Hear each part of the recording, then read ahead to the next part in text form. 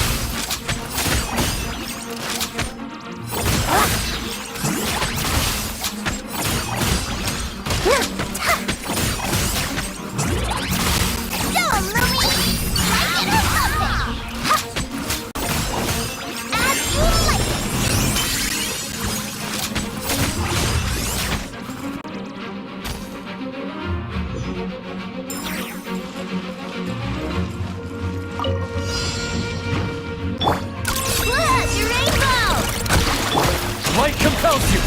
You got this! Give up!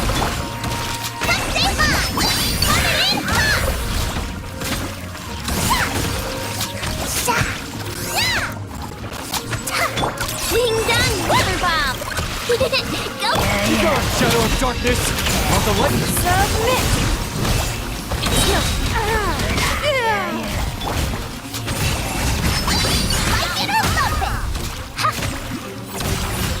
A gift from the land of the young! The rainbow! Light compels you! Go get it, Aiden! Don't waste my time.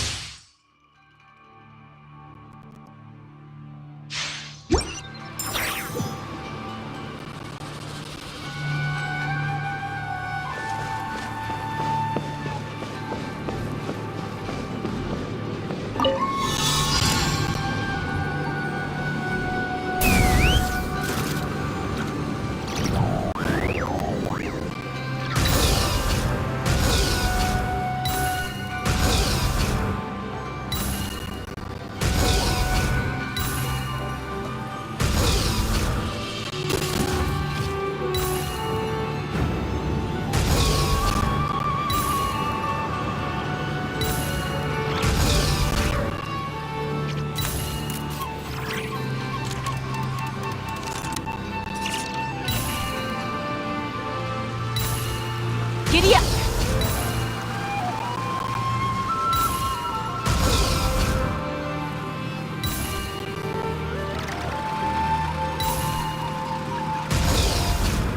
Giddy up!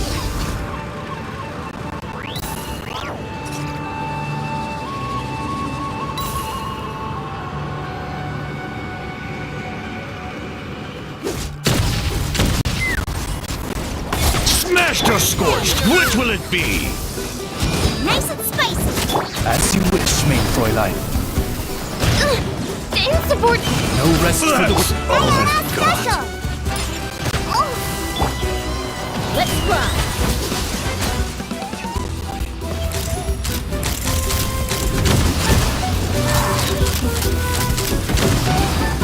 Knock him down.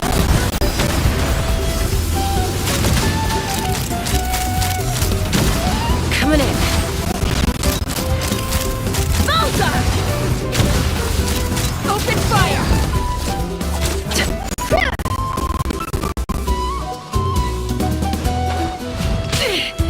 This is about... Look at you, Boozound! Yeah! Oh, reveal thyself! Eat this! Go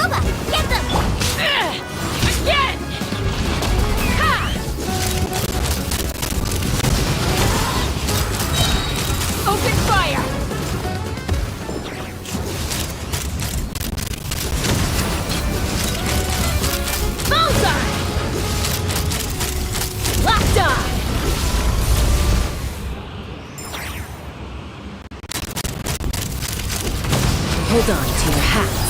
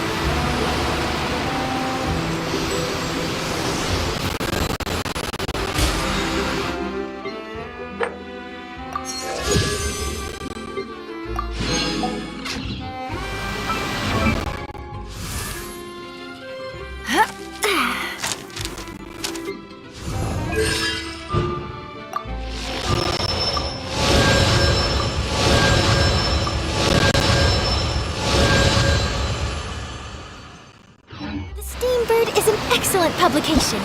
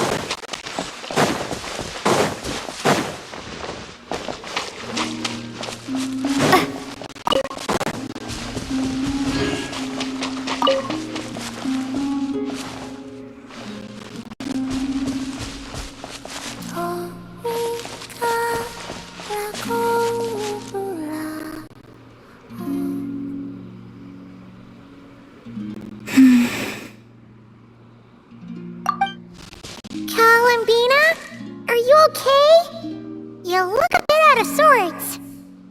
Oh, it's you two. I'm alright.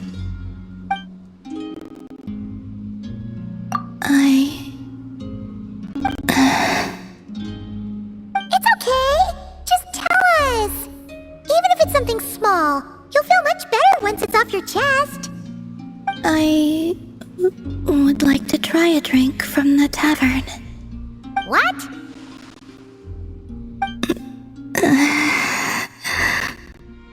Sorry, Paimon was just a little surprised. You never talk about wanting things for yourself, so... that's it? Just... a drink? Yeah, kinda. Only something a bit more monumental. Like, bring me the moon. But, on second thought, it does kinda make sense. Palomina can't go wherever she wants right now, so a trip to the tavern might as well be a trip to the moon. It's not just how things are now. Even back when I was with the Fatui, when there was no order to capture me, everyone still kept their distance whenever I went out for a walk.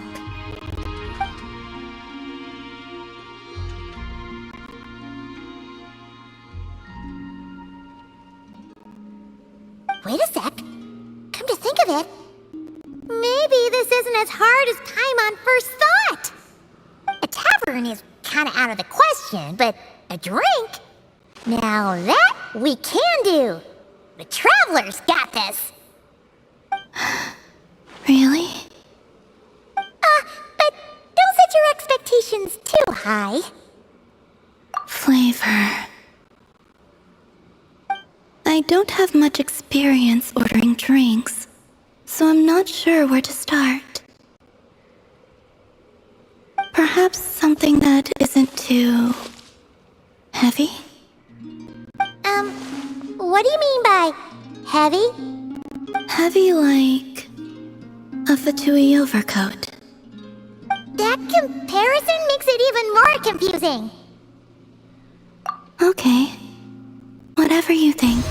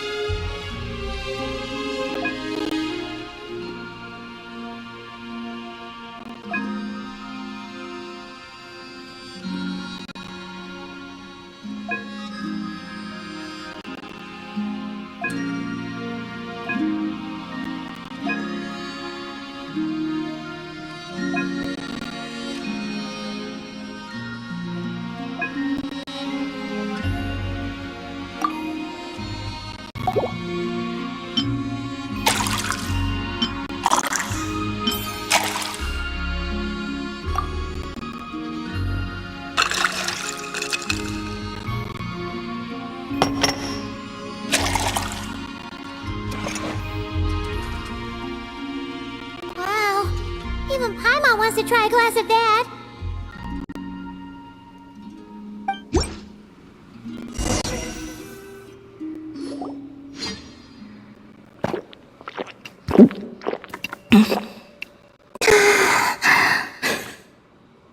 Wow, that was quick. Looks like she loves it.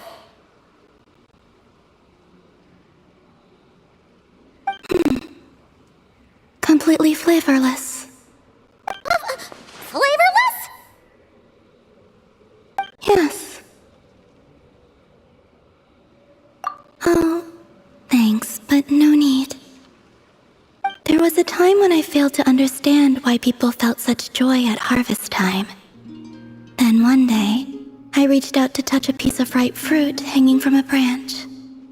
I sensed vitality in the very texture of its skin, the organic embodiment of sunlight, water, earth, and air. With each bite, I felt a refreshing sweetness surge over me, like waves of cool white foam. And that's how I came to understand the irresistible power of aroma. Oh, that's interesting. Then, we complete nature's cycle by taking that life force for ourselves. That suddenly turned kinda dark. That is why I prefer fresh fruit. It allows me to see what I took from this world, exactly as it was before I took it, and reminds me of what I owe this world in return.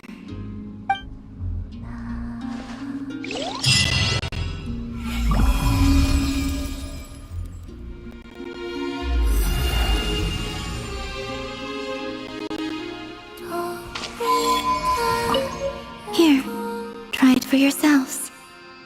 This laka berry is very sweet, so make sure you savor it.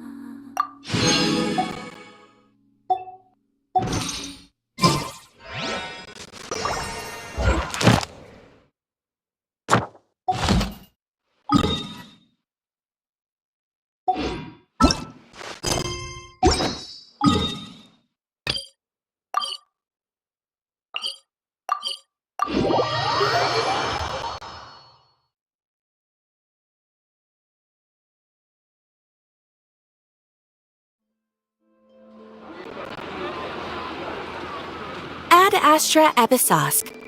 How can the Adventurers Guild help you today? It's been a while since we last came to see you. Got any exciting commissions for us? Things have been rather quiet in Nodcry lately. The commissions currently on our books are all very routine. That being said, the Frostmoon Scions are preparing to host some sort of event. They've approached us with quite a number of requests for supplies. Apparently, it's going to be quite a large gathering. The Frostmoon Scions? Well, it can't be another Moon Prayer Night. Do they have some other big festival that Paimon doesn't know about? I heard it's a friendly sparring competition for animal friends. Something called the Spirit Envoy Championship. That's right. The Frostmoon Scions have always advocated coexistence with nature, encouraging their followers to build positive relationships with the beasts of the wild. At the same time, to ensure their animal friends build the strength to withstand hardship and disasters, they put select animals with whom they share a special bond through a unique sort of training. The Spirit Envoy Championship is designed to find the strongest human-animal pair by means of friendly sparring. In previous years, the competition was restricted to the Frostmoon Scions only, but this year, participants from all over Teyvat are invited to join. I understand that the Frostmoon Scions have even prepared a generous prize for the winner. Ooh, does that mean we can join too? What? You want Paimon to fight? While you two certainly share a remarkably deep bond, I believe that would be against the rules. Apparently, in a previous competition, someone entered an extremely rare and powerful partner. After this, the rules were clarified to state that only common animal species and their variants can compete.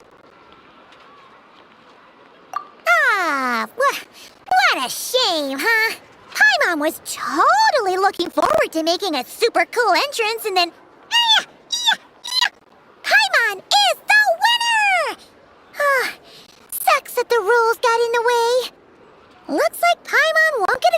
to show off her skills. Unlike, all those other times. Anyway, who else do we know who might want to take part? If you're unsure of what to do, why not ask one of our advisors for help? Advisors? Since when does the Adventurers Guild have advisors? The Guild has always had a team of advisors on hand to assist our fledgling adventurers. Of course, few of them would be qualified to assist such world-renowned adventurers as yourselves. But as luck would have it, one of our top advisors has recently returned to Notcry from a trip away. Her expertise is varied and broad, and she often gives lectures at Speranza. If you have any questions, you could try asking her for help. She sounds impressive. But you're right, Catherine. It would take a lot to teach us something new. Let's go put this mystery adventure advisor to the test.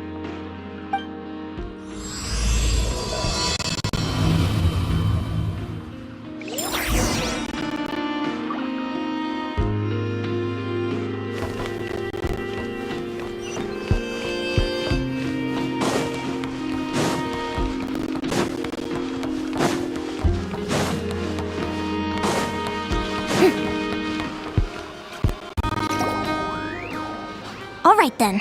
Next, let's go over some more tips for adventuring in Notcry.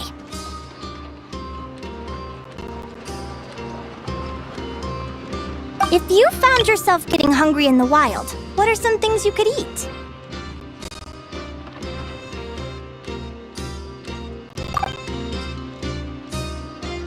That's easy. Lacca berries, midsummer berries.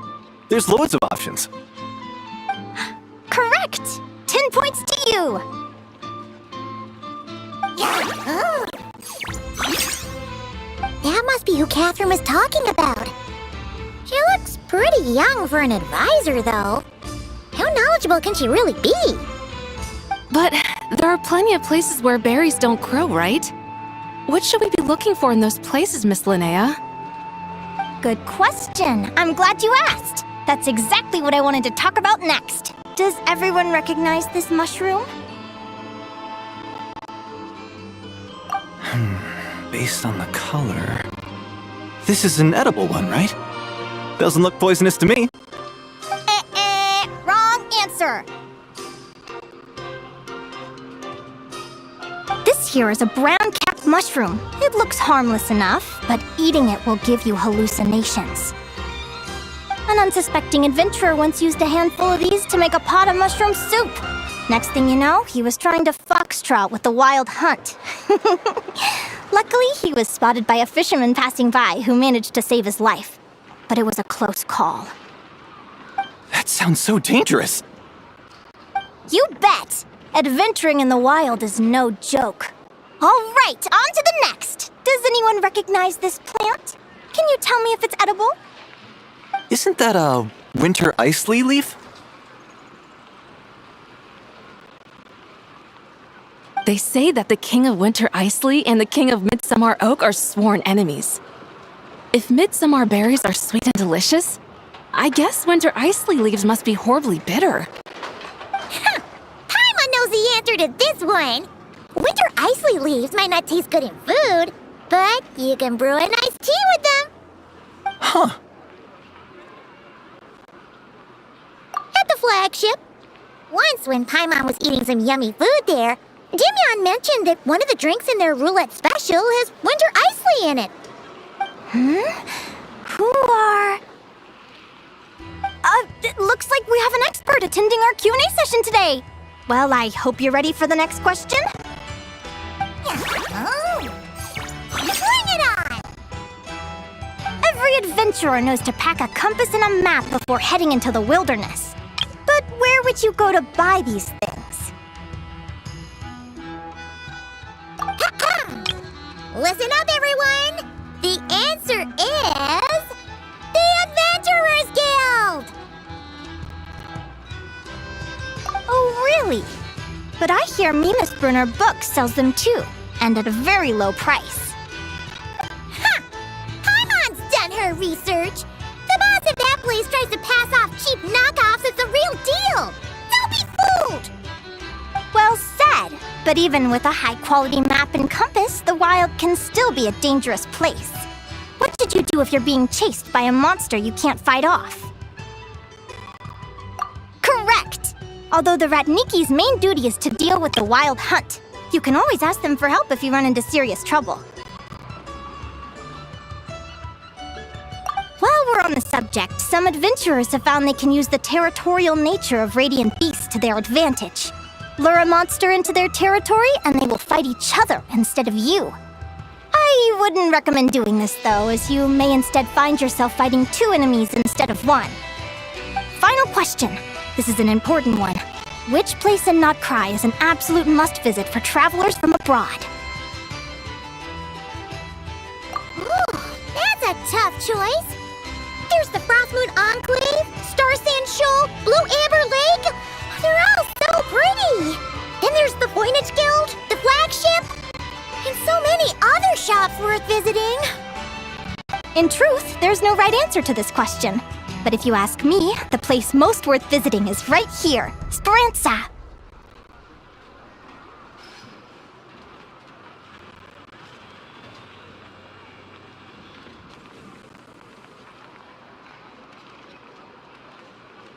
Why? Simple.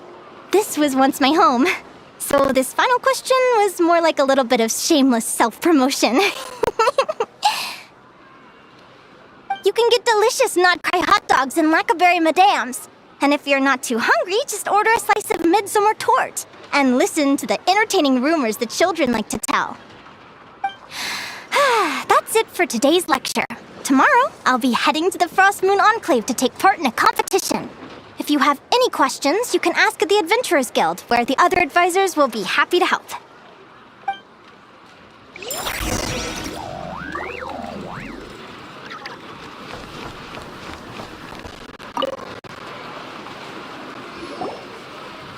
I haven't met many adventurers who can keep up with me. Consider me impressed.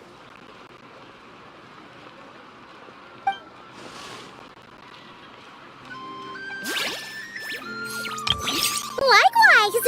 You really know your stuff. You're everything Paimon would expect from an Adventurers Guild advisor. Huh?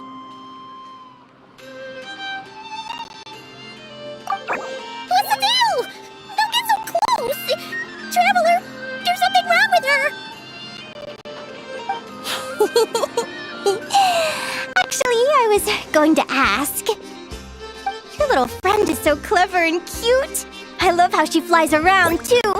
Can I pet her? Whoa! Stay back!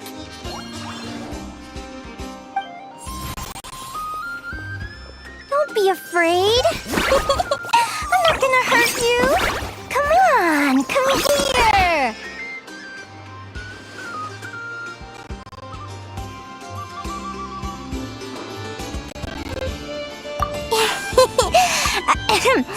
I'm sorry. I got a little bit carried away again. My name's Linnea. I'm an advisor working for the Adventurers Guild. And I promise you, I am not some sort of weirdo. Let me make it up to you. You want something to eat? Here, try some midsummer tort. It's delicious. Phew! You gave Paimon a fright. Paimon's never met someone so, how to put this? Enthusiastic as you. I was fighting to keep a lid on my curiosity during class, but then I just lost control. Anyway, let's get this back on track. Could you tell me your story? How did you two meet?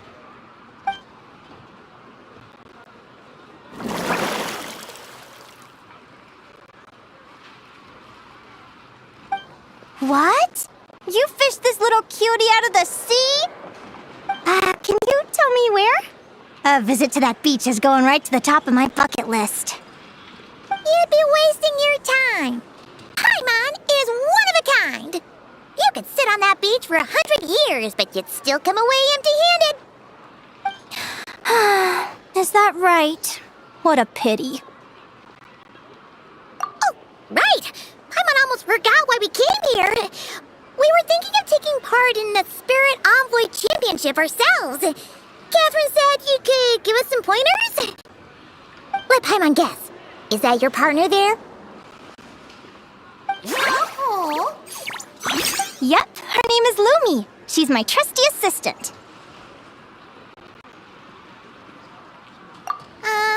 Hey there!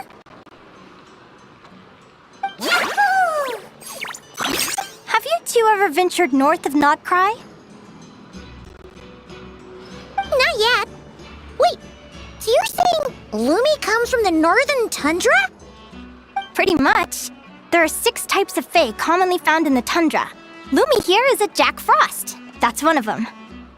Jack Frost? Interesting name choice. She doesn't exactly look very frosty. An excellent observation.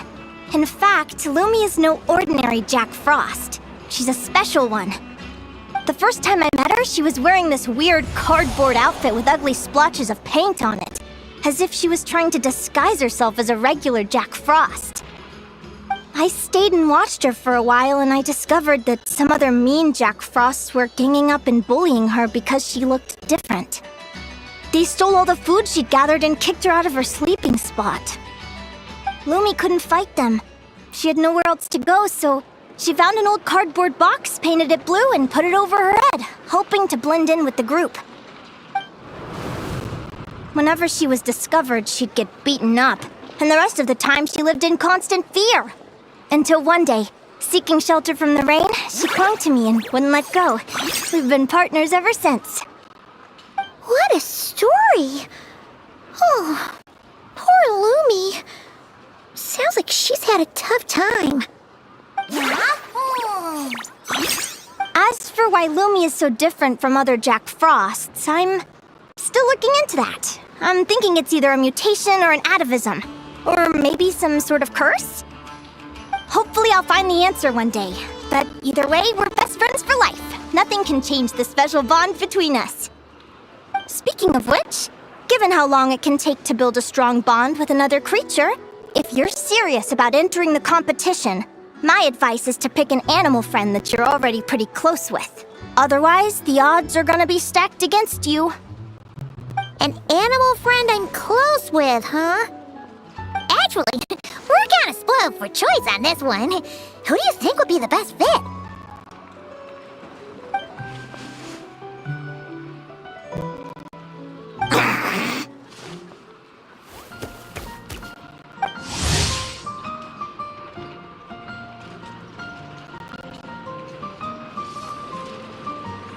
Huh? Aguara? What are you doing here?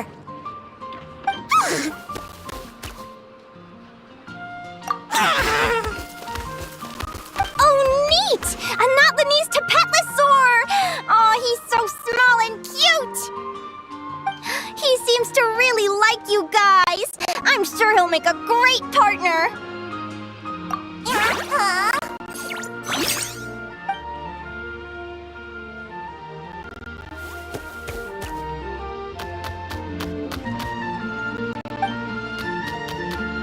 Oh, look at them! Fast friends! Play nice, you two!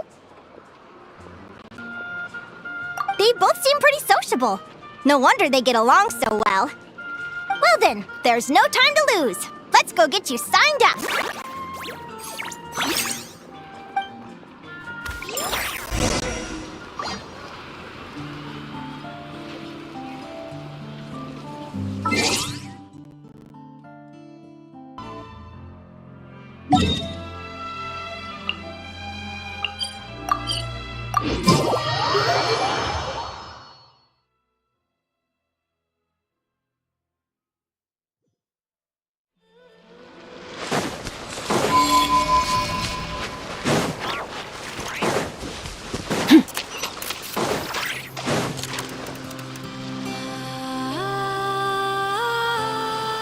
Whoa!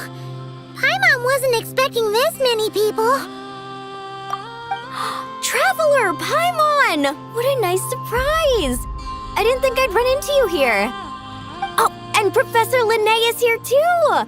Are you guys here for the competition as well? Yep. Feels like we haven't seen you in ages, Moalani. So, how do you know Linnea anyway? Through her work with the Adventurers Guild. She was in Natland not long ago. She knows so much that we took to calling her Professor. Speaking of which, you never answered my question. If a Kaholosaurus and a Kukasaurus got together, would their babies be able to fly in the sky and dive underwater? 'Cause that would make a pretty awesome Saurian companion. That's almost certainly impossible. They're completely different species. Ah, well, that's too bad. Hear that, Mamala?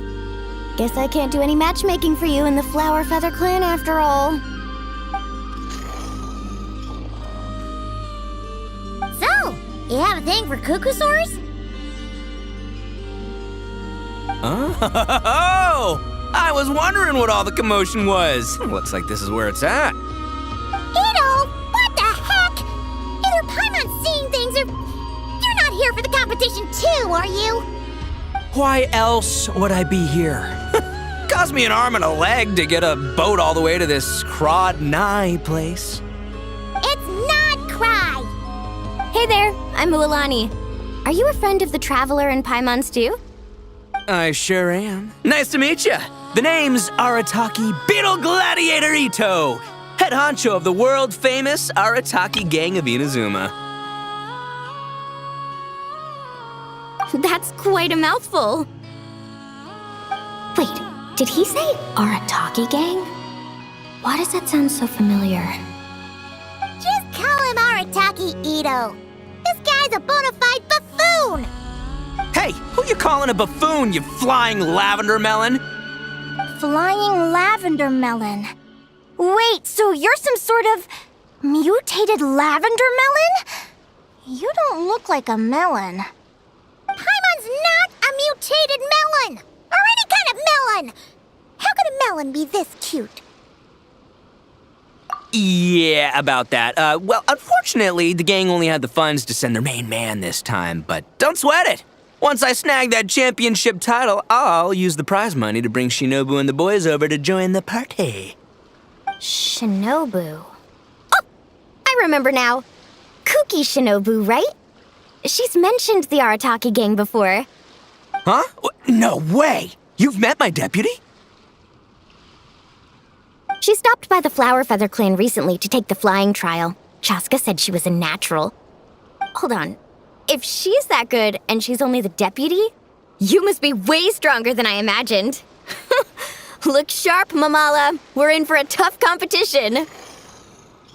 That's right! Bring it on! I'm looking forward to seeing who I'll be facing in the finals. Word is that the early birds get the best draws. You snooze, you lose. Laters, compadres! Wait, is he serious? Mamala, we'd better hurry. No, that's complete nonsense. Shall we? Hey, Traveler, have you noticed? There's loads of other people we know here, too. Why don't we go say hi before we register?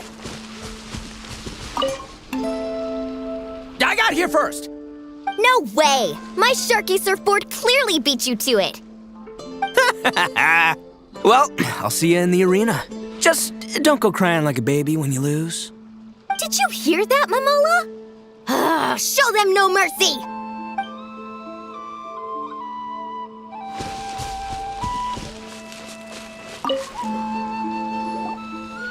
Yehoda!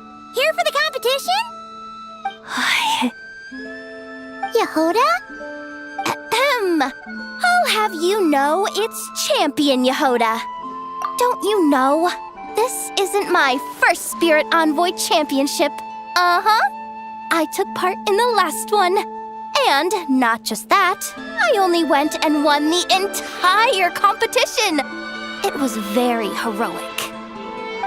Although, there were nowhere near as many contestants then. Why did so many people have to show up this time? How am I gonna keep my title now? Whoa! That's amazing! We'll definitely have to learn a thing or two from you. ya!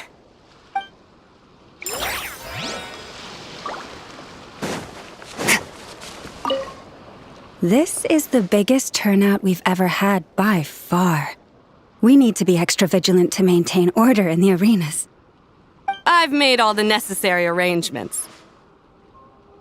I'm feeling more nervous than I expected. Don't worry. You'll be fine once you get into the swing of it. Thank you all for your support. Be sure to let me know at once if any issues arise.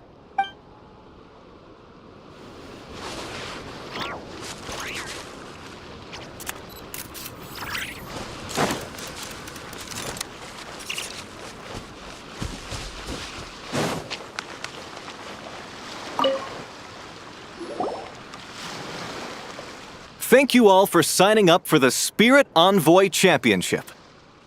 Due to the high number of participants, a preliminary qualifying round will be held to determine which 16 contestants will progress to the competition itself.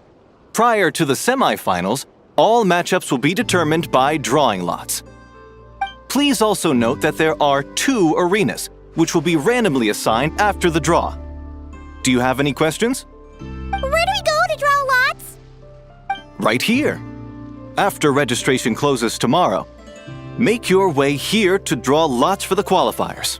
I wish you all the best of luck in the competition. Lumi, Aguara, how you doing? Nervous?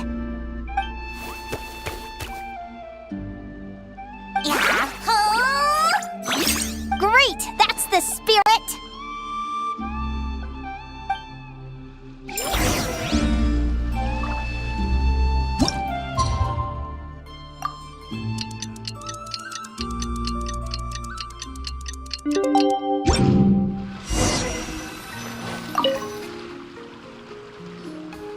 Who do you think our first opponent is gonna be? Oh, I'm on hopes they aren't too strong. Aguara might need some time to ease into it.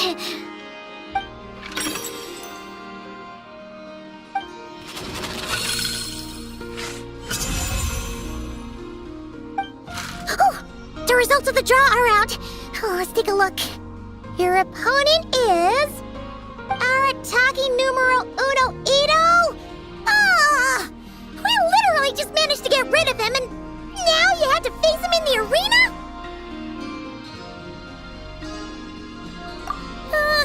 Well, either way, it never pays to underestimate your opponent, okay?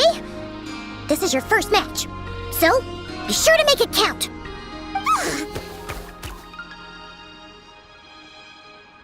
I see you've been assigned to Arena 1. I'm in Arena 2. Guess I'll see you after the match.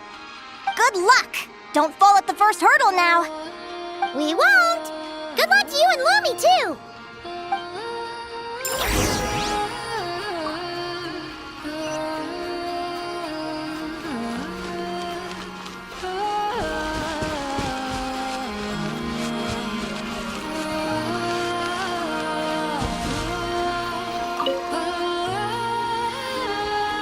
Welcome, spectators! I'm your host, Jaswava. The qualifiers are about to begin. I trust everyone has found their groupings. The contestants for this match are the Traveler and her partner Aguara versus Arataki numero uno Ito and his partner Crimson Staff. Well, this has come sooner than expected. I was hoping to face you further into the competition. Go Crimson Staff! You can do it, Aguara!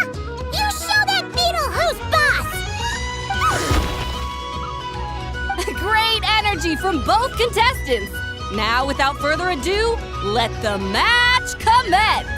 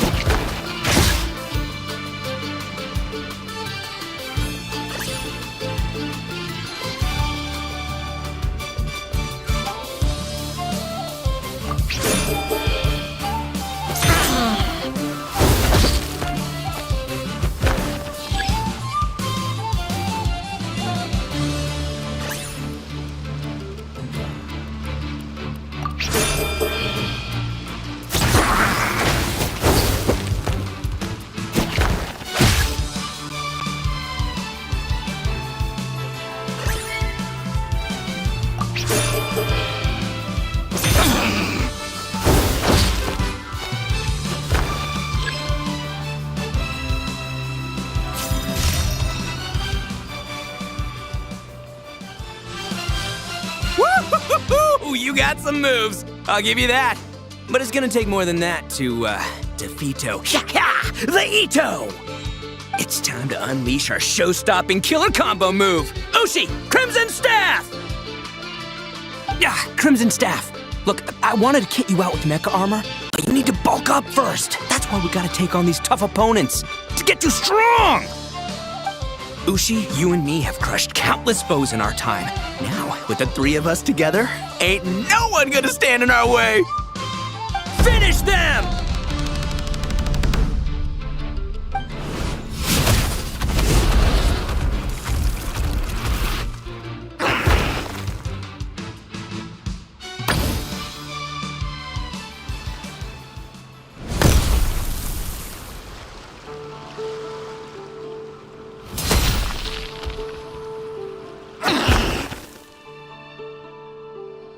Stop the match. Huh? The bull. Ushi, was it? Yeah. Is there a problem? Arataki Ito is disqualified for fielding an additional animal companion. The Traveler and Aguara are the winners. Huh? It's one animal per contestant. That's the rule. Let this be a warning to everyone. But me, Crimson Staff, and Ushi are one. We should only count as one contestant. Hey, what? Oh, come on!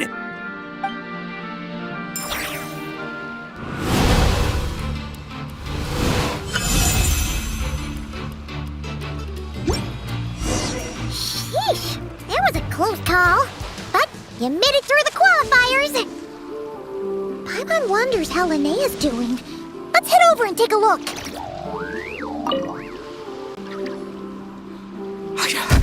I can't believe it. My glorious journey ended at the first step. It's your own fault for not reading the rules. Ushi, Crimson Staff, are you guys trying to cheer me up? Well, don't you worry. We'll come back stronger than ever next time, and I'll lead us to a glorious victory, fair and square! Anyway, seeing as we came all this way, I think a little sightseeing is in order, huh? Let's go get ourselves a taste of Crod Cry culture! Seriously? Again, it's not cry! Well... Hey, the Lavender Melon, I've got a little, proposition for you. No way! If you want Mora, go earn it like everyone else! Fine, don't let me anything then. Watch me, I'll figure something out. This is a small pond, and Arataki Ito is the biggest fish around. Actually, we should probably console Ito first. Paimon feels a teensy bit sorry for him.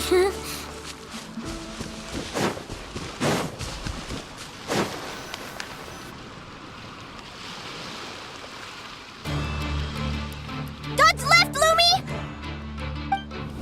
Yeah? How did you know I was gonna... Now counterattack! Pummel it!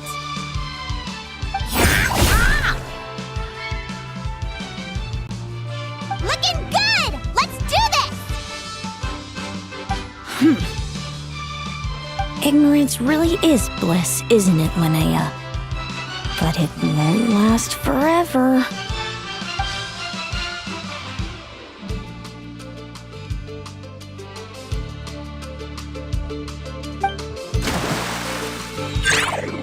And it's all over. We have a winner. Congratulations to Linnea and Lumi. You're through to the next round. I can't believe it.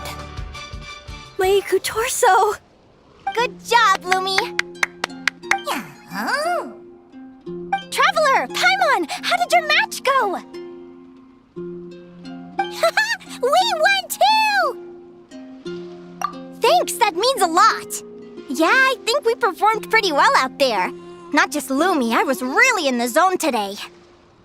I don't know how to explain it, but sometimes it feels like I can predict my opponent's next move. I know exactly what to do before I've even had the time to think. It's almost like I enter a different state of mind. It comes and goes, but it started after I met Lumi in the tundra. Anyway, congrats to both of us on getting through the qualifiers! Come on, let's head to Speranza, my treat! Hooray!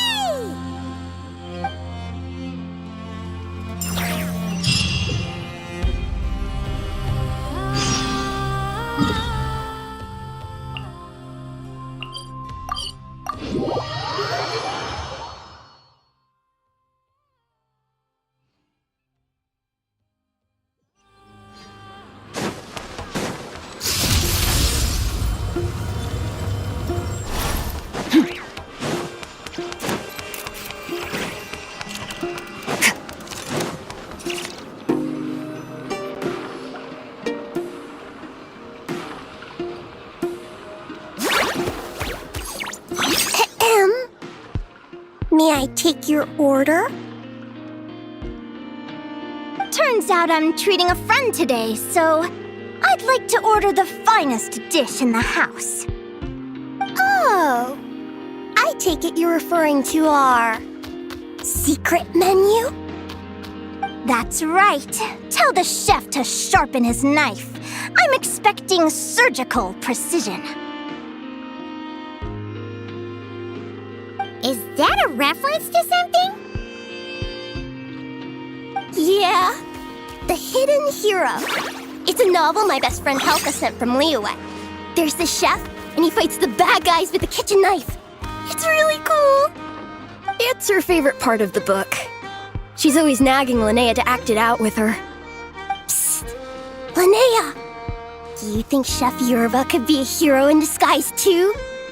He does chop vegetables super fast. Oh, I think it's definitely possible. Not a chance, I'm afraid. Evening, everyone! What can I get you? Why don't you choose for us? I'm treating a friend today. We're celebrating our success in the qualifiers. Sure thing. I'll rustle up a few of my specialties then. Won't be long.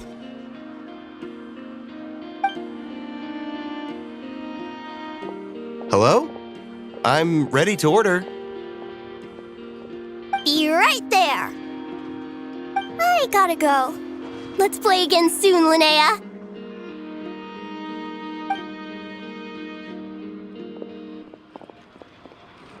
You seem to get along really well with everyone here. Oh, that's right! Didn't you say that this used to be your home? Yes. After my parents departed, I came to live here with my friends in the conch gang. I didn't mean like that. They're still alive and well. They just don't live around here anymore. Come to think of it, I haven't told you my story yet. I guess you'll have noticed the wings on my head by now. They're proof that I'm not human. Yeah! Paimon noticed those. Are you comfortable telling us some more? Sure. Well, it's a story that starts a long, long time ago. When I was just a kid, my wings were barely noticeable. They looked just like two little cowlicks. No one suspected there was anything unusual about me at first. Not even Mom and Dad. They were too busy to notice. But I always had this strange feeling I couldn't explain. Like I knew that all these little ways I was different from my friends couldn't just be a coincidence. Then, I was a little bit older, I read this story in a book of folktales. It was about changelings. Changelings? What are those? The story goes that some of the Snowland Fae will secretly switch their own child with a human baby, leaving their offspring to be raised by humans, while taking the human child for themselves. I know, right? The way the stories are written, it sounds like something parents make up to scare naughty kids. If you don't behave, the Fae will take you away and leave a better-behaved child in your place. It's the sort of thing that starts as a warning and evolves into folklore over time. So, Obviously, I didn't take it seriously at first. But then as I grew older, I started exhibiting more and more Fae-like traits. I mean, just look at the crystals on my skin. No humans have those. It's a dead giveaway. So, you're really a changeling, huh? Did you tell your mom and dad? Bear with me, I'm getting to that. At first, I wanted to hide it from them, but eventually I plucked up the courage to tell them. I figured, even when we're scared and uncertain, it's important to face the truth head on. They were stunned, of course. It took them a while to accept it, but after the truth had sunk in, Dad sat me down and told me they'd decided to head north and look for their child that was taken. They're really good people, though. Not only did they raise me for all those years, but they left me some money in case of emergencies. After that, I grew up with my friends in the Conch Gang. All of these kids are from broken homes, but everyone supports each other, and they still live life to the fullest.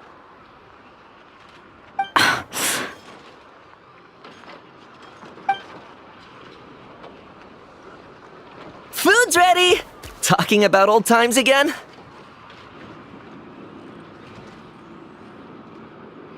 Yeah, it just sort of came up in conversation. Whoa, what's all this? You've cooked up a real feast, Yerva.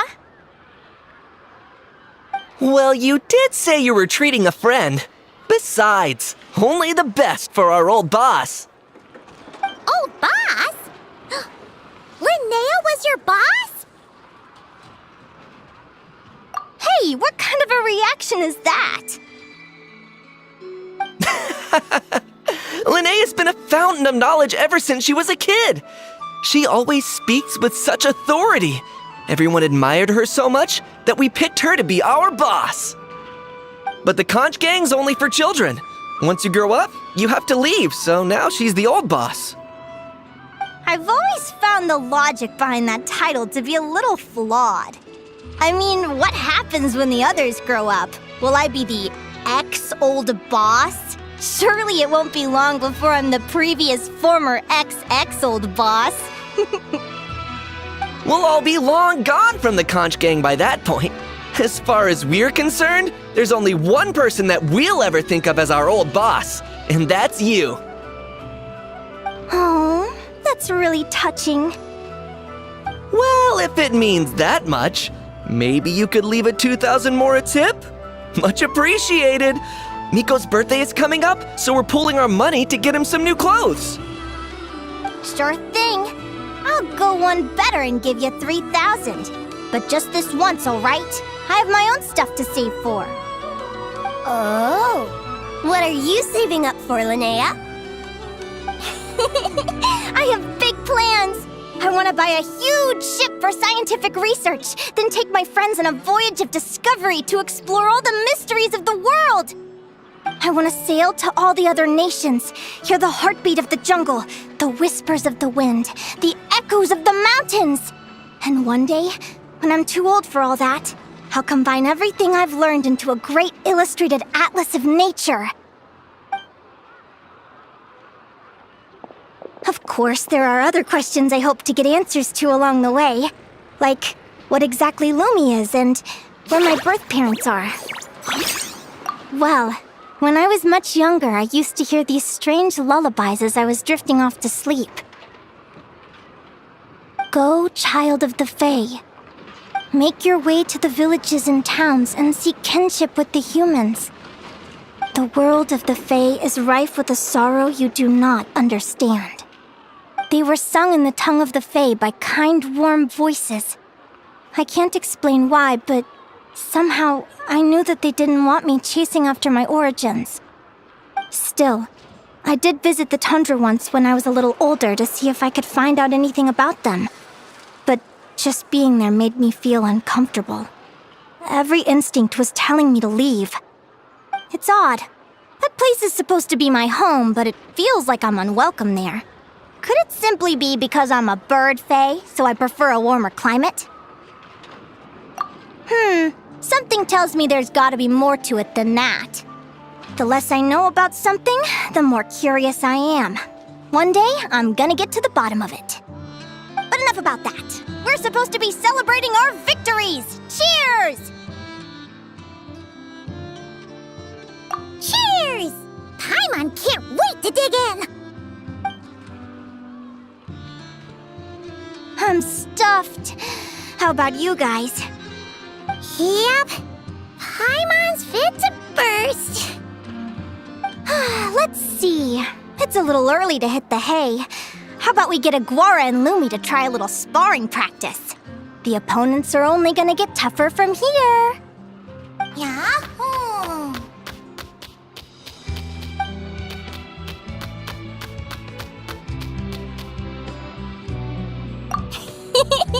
Then what are we waiting for? Let's go!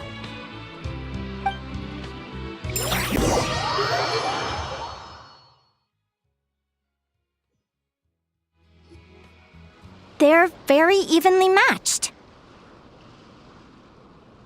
It's strange. When I was battling you, I couldn't seem to get into the zone. I had no way to predict your next move.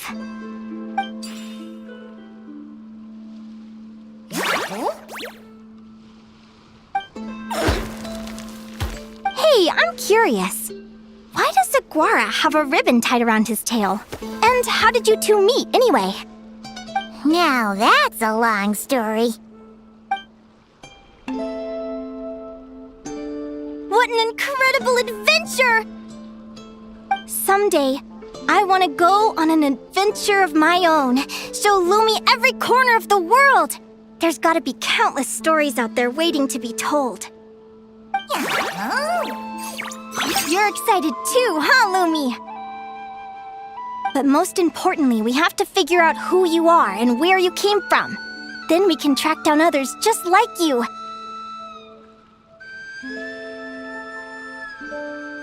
Maybe then you won't feel lonely anymore.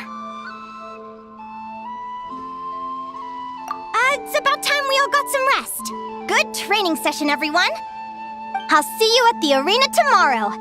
Oh, we'll have to draw lots again, won't we?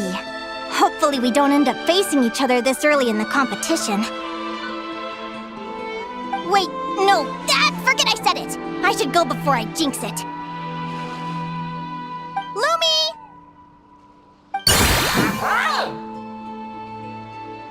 See you tomorrow. Thanks for dinner. You're welcome. Bye!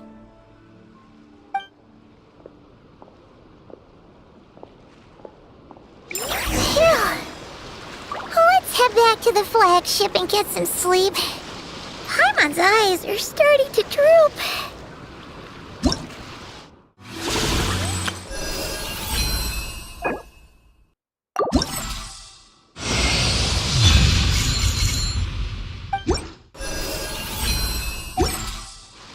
The abyss is...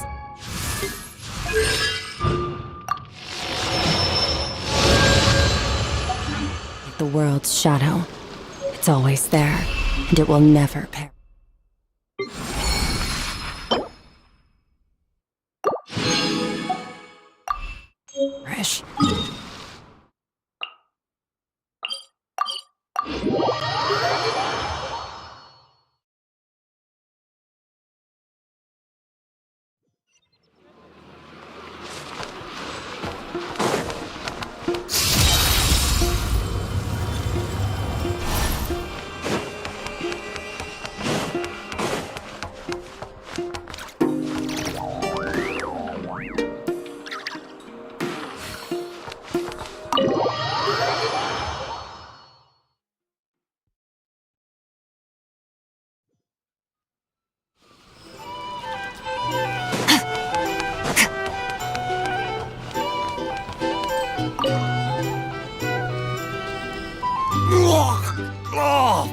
Waiter!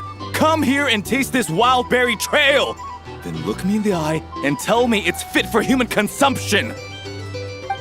It's much too sour and has a bitter aftertaste. I want my money back! Please don't shout. I assure you the berries we use are of the highest quality. Bitter is out of the question. I think you've had too much to drink. Time to settle up and leave. Too much to drink? I'm perfectly sober, thank you.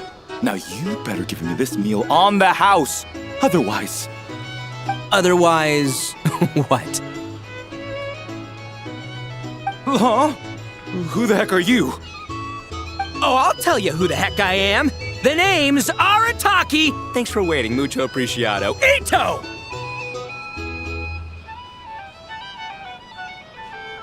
Oh, an Oni! It's an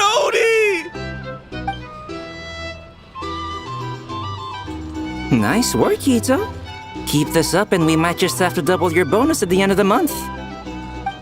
Don't you worry about a thing. As long as Ito's around, consider this establishment protected.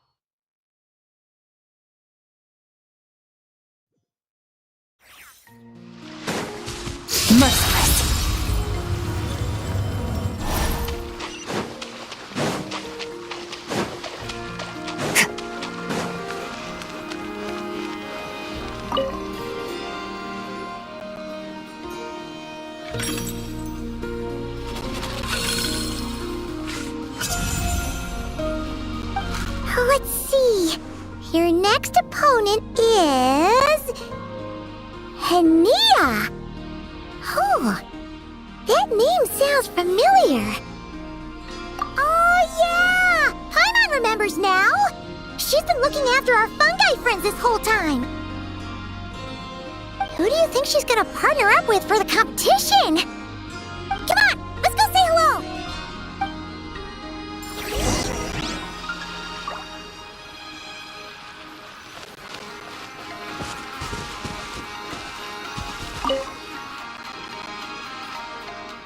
Welcome, one and all! The round of 16 is about to begin! Our contestants for this match are the Traveler and her partner, Aguara, versus Linnea and her partner, Fluffy the Flower King! Hey, Golden Comet and Silver Companion! Good to see you again. This'll be our first proper rematch since the Neelip Paula Cup. I brought my old Sumpter Beast with me this time. Looks like you're partnering with a new companion too. Let's see who wins this time around.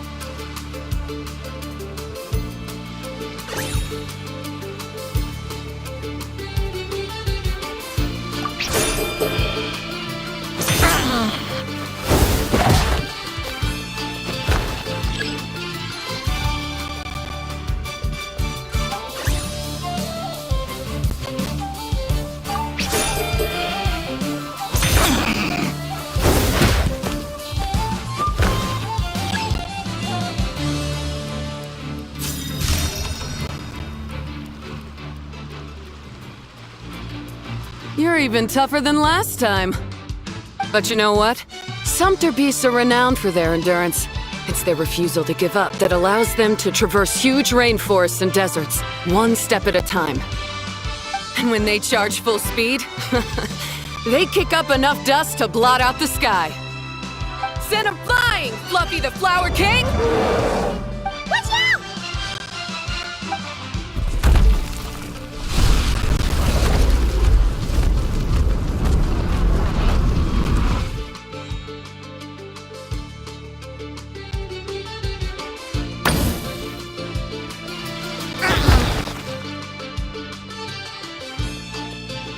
What?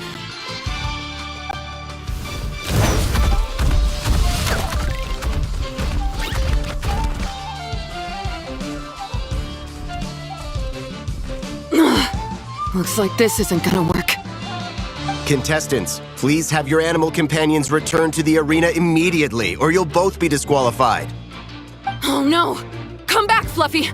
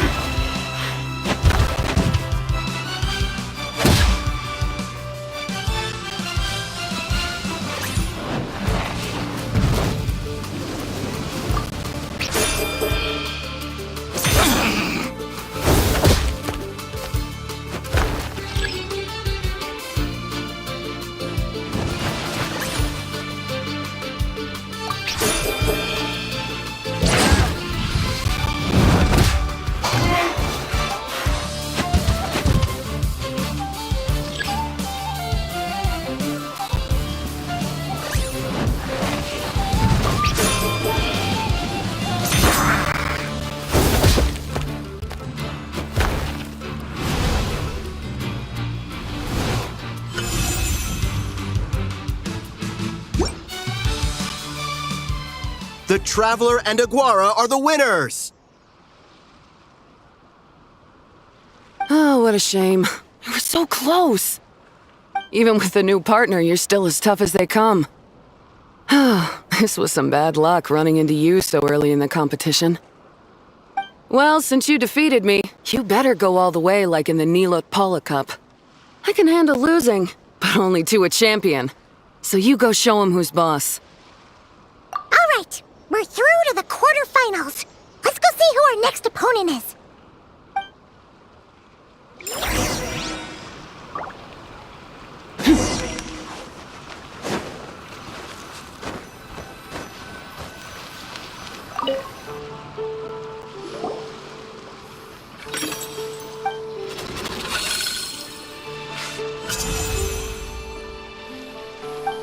Let Paimon take a look.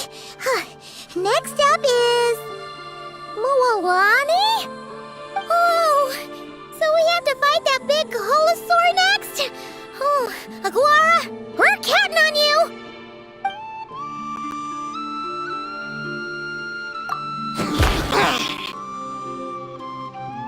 Hey, Paimon noticed something when we were drawing lots. Most of the contestants have given their animal companion a cool title. Should we come up with one for Aguara, too?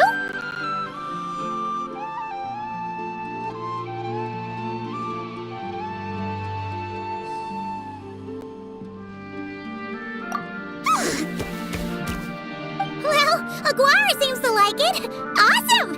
Okay, let's head to the next match.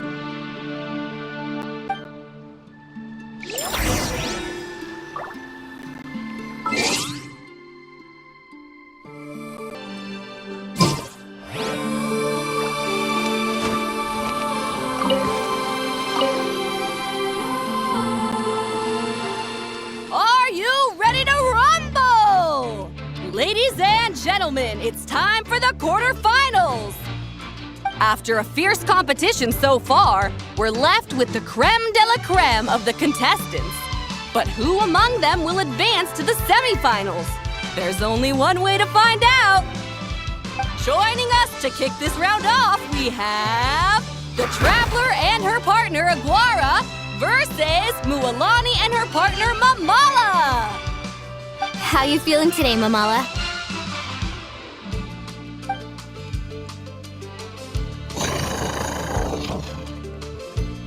That's the spirit!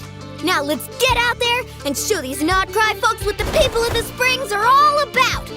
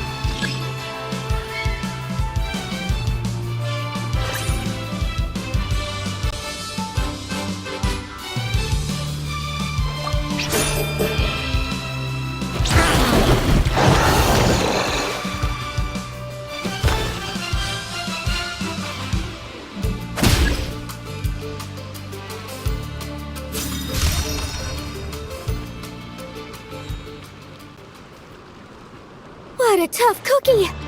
I thought this would be way easier. You're a little Saurian doesn't play around. Alright, get up close and let's settle this!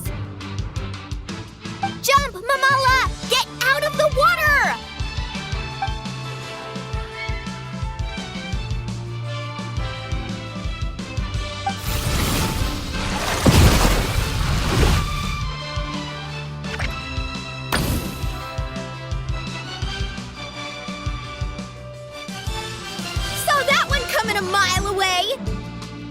dinosaurs might have the advantage on land, but it's a different story in the water!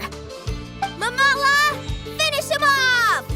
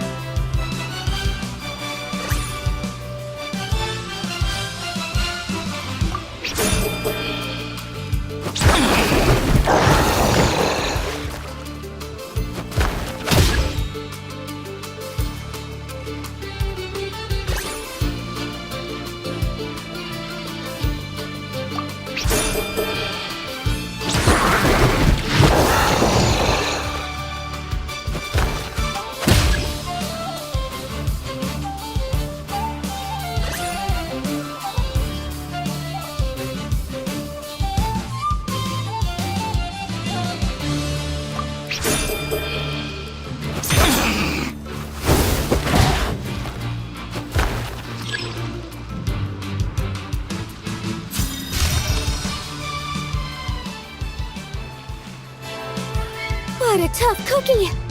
I thought. Alright, get up close and let's settle this! Jump, Mamala!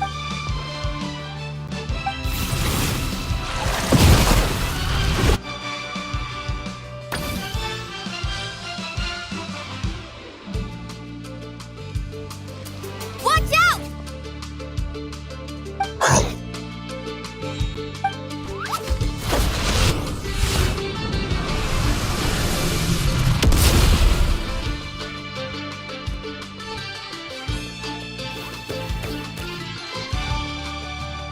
You took advantage of Mamala's blind spot.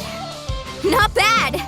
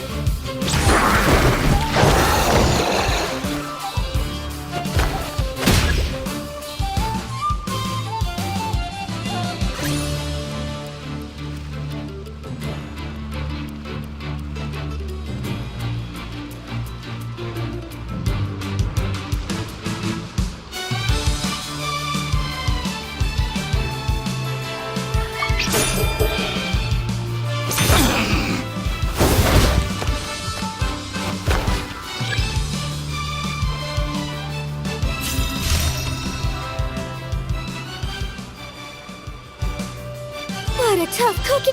Alright, get up close and let's settle this! Jump, Mamala!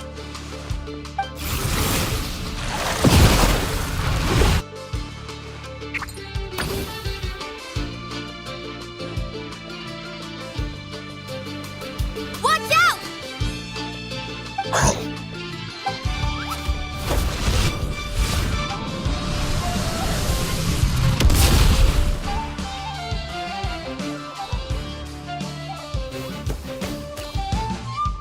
You took advantage of Mamala's blind spot.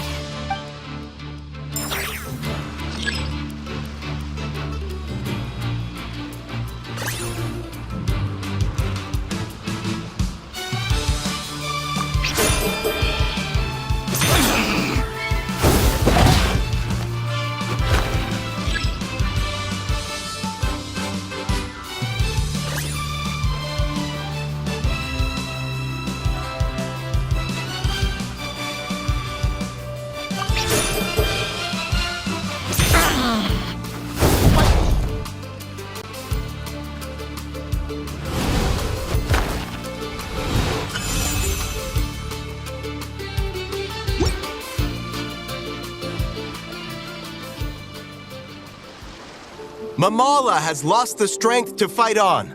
The Traveler and Aguara are the winners! Seriously? There's no way I just lost. Gotta hand it to you, Aguara. You are seriously strong for your age. That was incredible.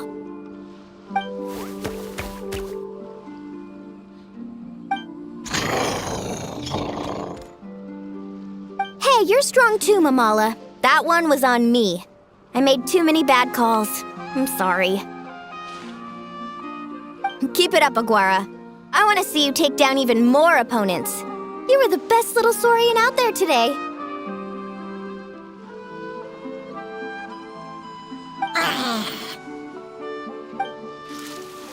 I'll leave you guys to it. Cheer up, Mamala. How about I take you for a tasty treat, huh?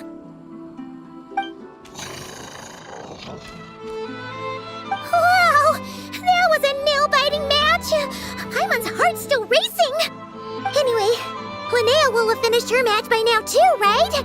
Let's go see how she did! Linnea! It sure is. Want to take a guess who won? Judging by the smile on your face, Paimon's pretty sure it was you. Correct! I was about to go watch the other matches. Care to join me?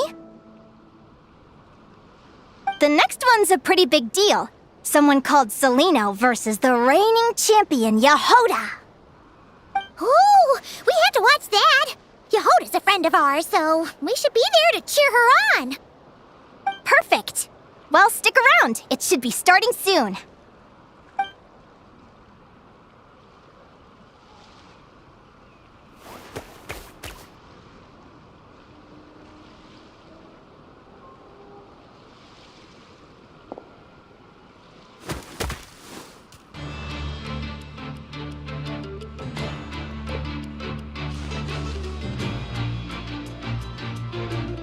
What the? Celino's companion is a radiant blade horn? Those things are extremely hostile. How did she manage to tame it? Technically speaking, radiant blade horns are classed as monsters, but they are beasts of the wild, and they're not exactly uncommon.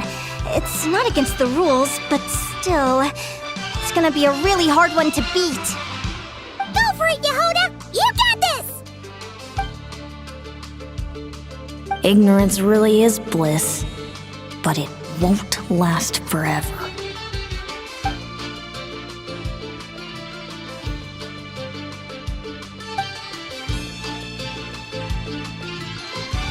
Do you think speed alone will stop me from catching you? How about you run around and find out? Reed Miller the 13th, run that thing ragged and then go in for the kill! Behind you, on the right.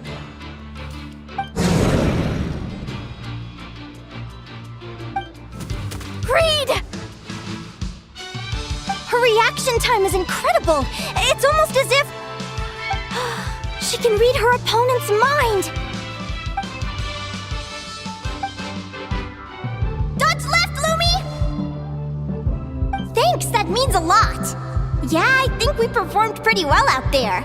Not just Lumi, I was really in the zone today. I don't know how to explain it, but sometimes it feels like I can predict my opponent's next move. I know exactly what to do before I've even had the time to think.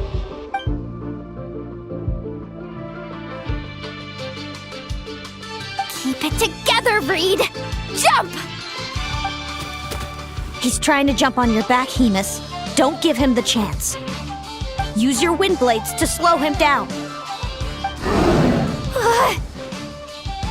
He's too powerful! You've gotta go for a knockout blow! Charge your lightning, Reed! Then blast him with all you've got! Deflect it back, Hemus.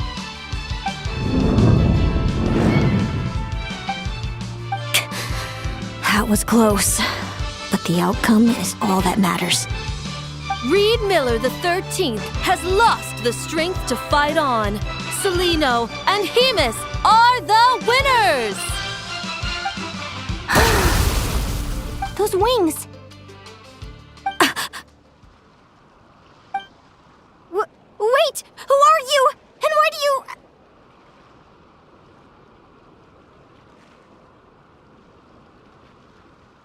why do you have the same... I've been through this moment so many times in my head.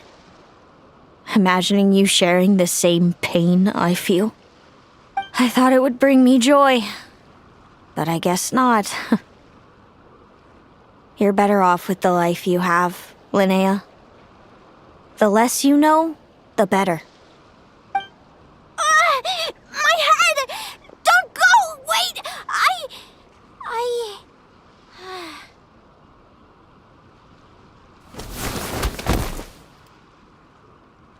Linnea! Oh, what happened? Why did Linnea faint? Oh, we gotta find her somewhere to lie down! Quick! Hurry! What happened? Oh, go get Lauma!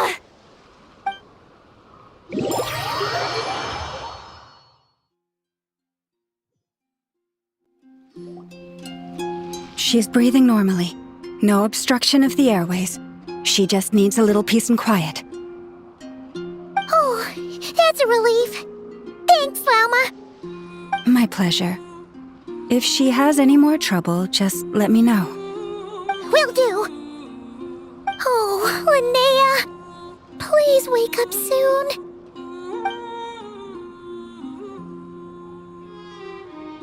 Good morning!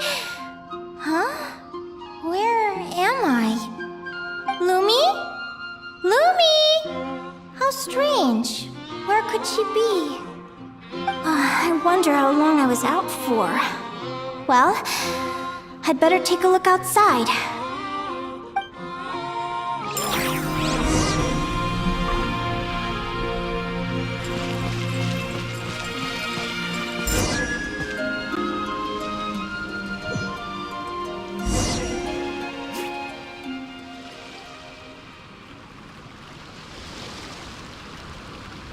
Lumi! There you are! I've been looking all over for you. Come on, say something. Why do you look so anxious? Looks like our contestants and their partners are in position. On the one side, we have Linnea and her partner Lumi, and on the other side, we have Celino and her partner Hemus. Buckle up, folks. The semifinals are about to begin. Wait, how is it the semifinals already? Also, how did I even get here? I don't remember a thing! Oh, I get it. I'm still dreaming. You can do it, old boss. Even if this is a dream, I can't let my supporters down. I'm gonna give this my all. We're up, Lumi. Let's show them what we've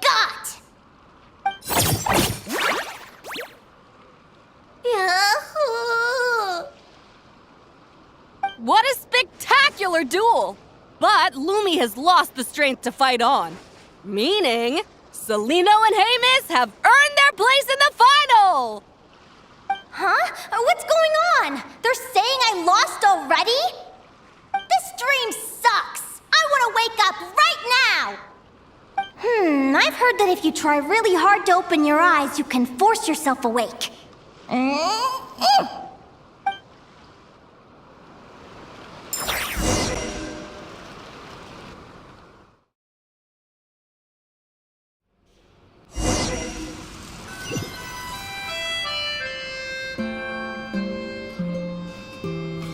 Did it work? Guess not. Huh? Is Dream me writing a diary?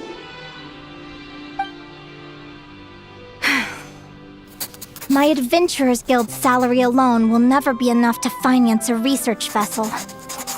It seems my only option is to take up adventuring full-time. A research vessel?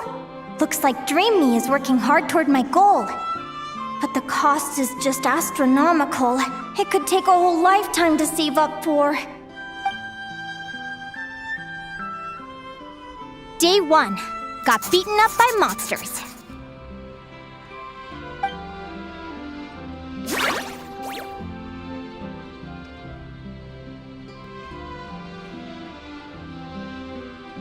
Day 5. Ran for my life with Lumi. Turns out I'm getting faster. Day 20. Asked a merchant about prices. Ships cost a fortune. But I can worry about that later. Right now, it's time for a proper meal. I'm starving.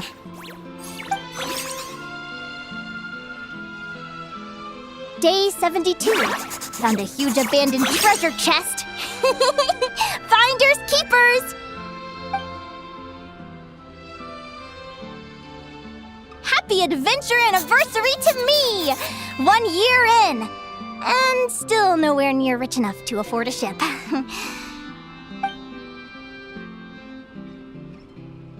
Almost got scammed! Note to self, secondhand ships aren't to be trusted. Good job I was wary and checked it over thoroughly before committing. You really do get what you pay for.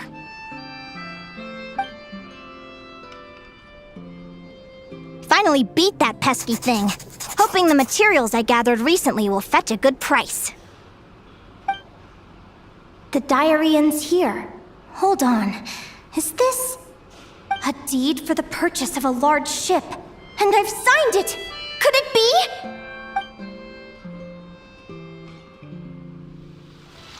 A dream come true!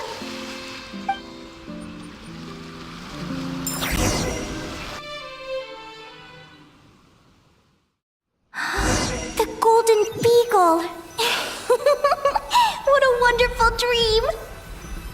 The ship gently swaying as it carries me to a faraway land. Oh, what a feeling!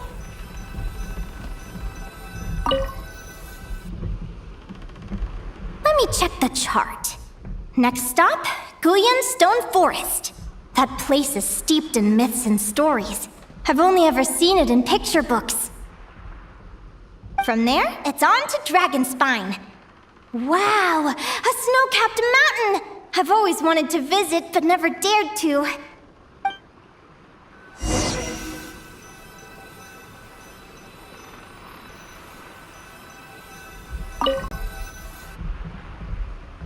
What's this? Clearwater jade? Pretty sure this can only be found in Chinyu Vale. It's so beautiful. It looks like this ship has sailed to many places already. Makes sense. As soon as I buy my research vessel, I'll be off and away to voyage non-stop. Linnea, you've been really down the last couple of days. What's up? You're not seasick, are you? I've left your lunch by the door. Make sure to get some good rest once you've eaten. Coming!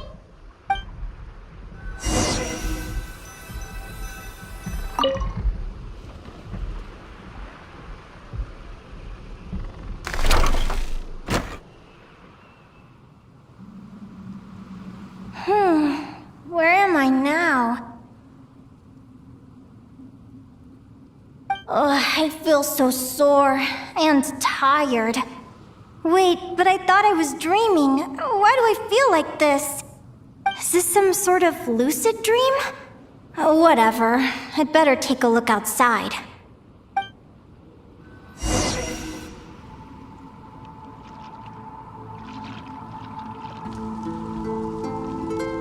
Clearwater jade. Didn't I see this on the ship just now? Why is it in pieces? And these books, how did they end up in this cave?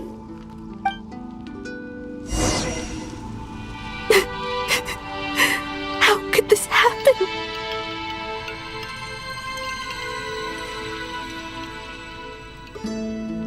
Lumi, why do you look so sad?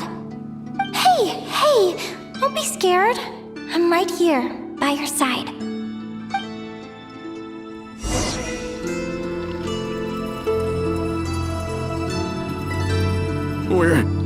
We're never getting back, are we? We're done for. It's all over.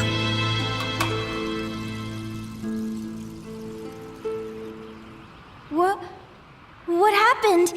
I thought I was on the ship.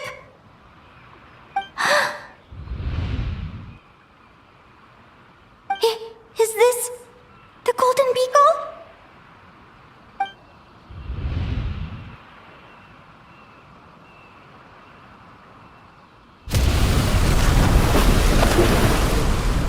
But why?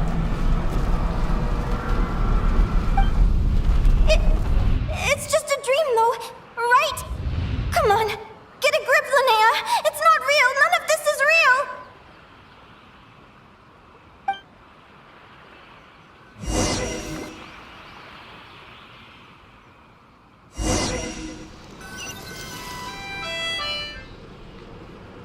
It's been many long years since the Golden Beagle sank. The diary again. How long is this terrible dream going to last? I'd love to say I'm over it now, but the truth is it still gets me down sometimes. It's like there's a heavy stone that's blocking up my heart, constantly weighing me down.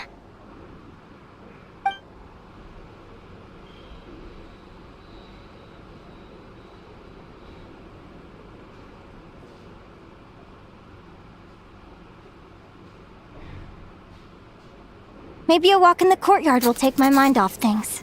Besides, my sister should be here soon. I can wait for her outside. Sister? Who am I talking about? So many dreams, one after the other. My brain can barely process it all.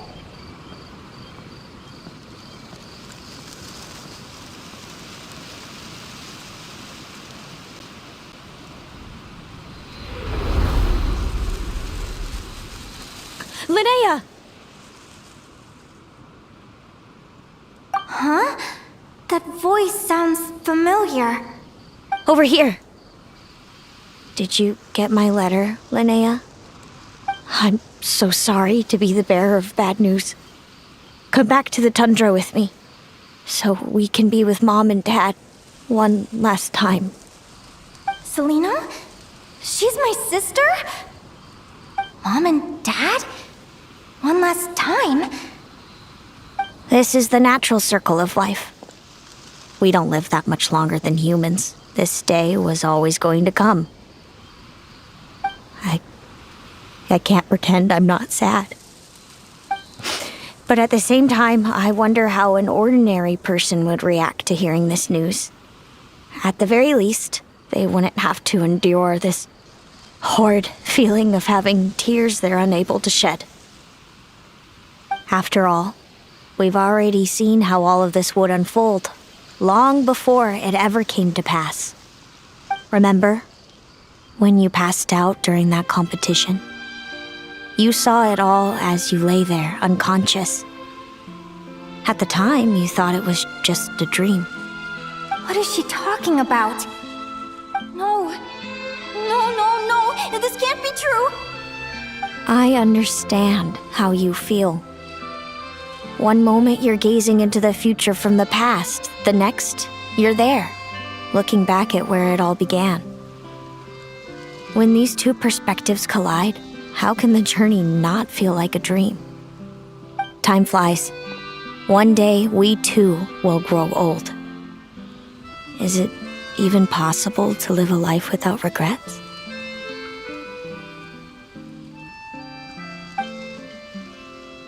A long, long time ago, my friends and I talked about our dreams.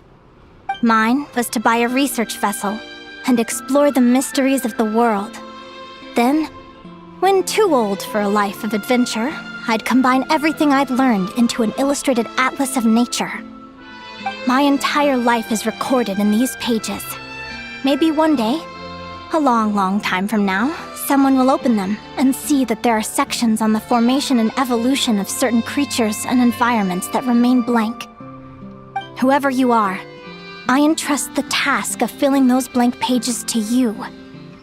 The end of my time grows near, and I can no longer travel very far.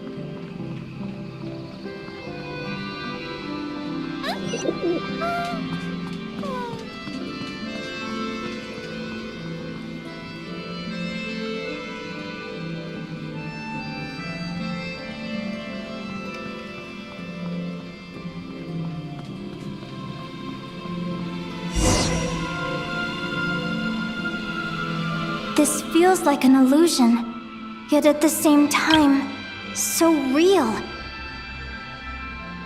The end of life. So this is what death feels like. I still feel some faint sensations in my stiffening body, but I can't so much as move a finger. As the warmth flows out of me, I feel no pain. Just the emptiness that remains after everything else has slipped away. So it wasn't a dream, after all. It's all...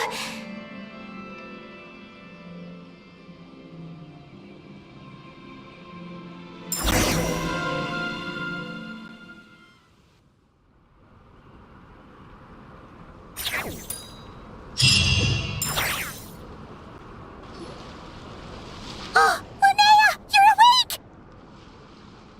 Oh, you were out for a long time. You must be starving. Do you want something to eat?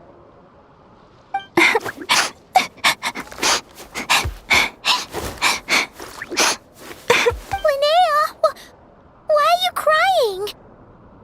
What time is it? It's evening. And it's the day after the quarterfinals. We were watching the match between Celino and Yehoda when you ran over and grabbed Celino's arm. Then, you just passed out. Do you have any recollection?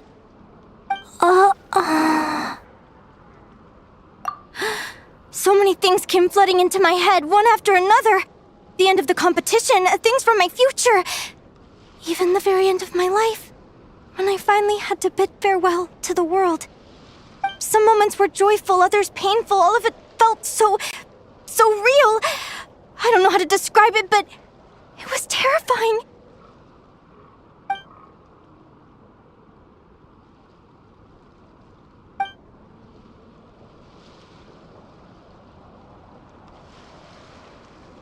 Good point. You passed out right after grabbing her. Plus, she said a load of cryptic-sounding stuff. She has to know something about what's going on. Still, is it really a good idea to go looking for her? What if the same thing happens again? Do you remember when we were at Speranza and I told you guys about my childhood? Well, there were a few details I left out. I wasn't a very cheerful kid, nor was I all that brave. Before I told my human parents about being a fae, I spent so many sleepless nights tossing and turning. I knew what might happen once I told them. I desperately hoped they'd say, Linnea, even if you aren't our child, we still love you. But I knew that was impossible. Their own human child was out there somewhere, as were my fae parents. Our family was a lie. And all lies unravel with time. So, even though I was terrified, and even though I knew I might end up an unwanted child, I eventually mustered the courage to tell them. I did what I thought was right. I knew things might not turn out how I hoped, but I wasn't going back on my decision. The same applies this time. I have to see Celino. Oh, Linnea. I'm now realizing that I have no idea where she is. Oh, don't tell me I have to wait until the next round of the competition. Huh? Aguara, do you know where Celino is? Do you remember Celino's scent? That's amazing! You're the best, Aggie!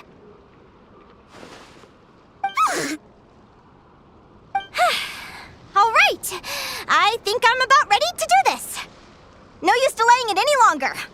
Let's go!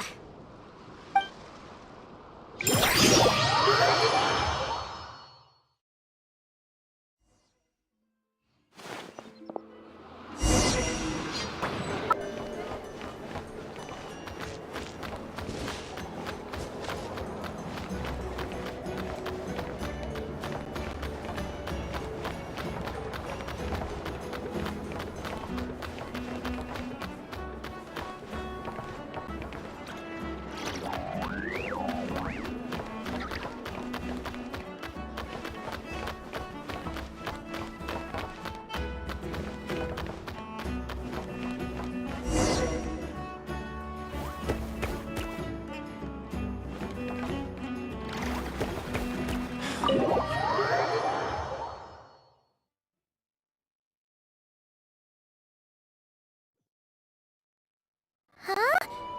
The flagship? What are we doing here?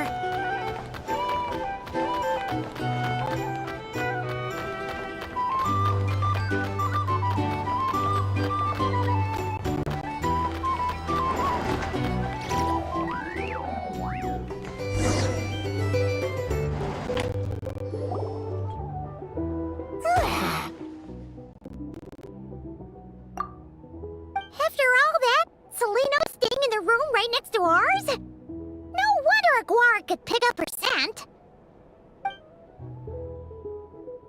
Is anyone there? You're sure this is the right room?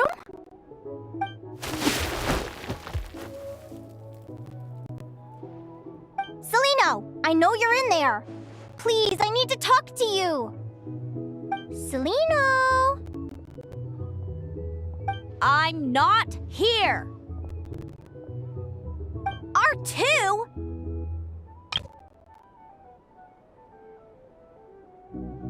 Am not. Quit.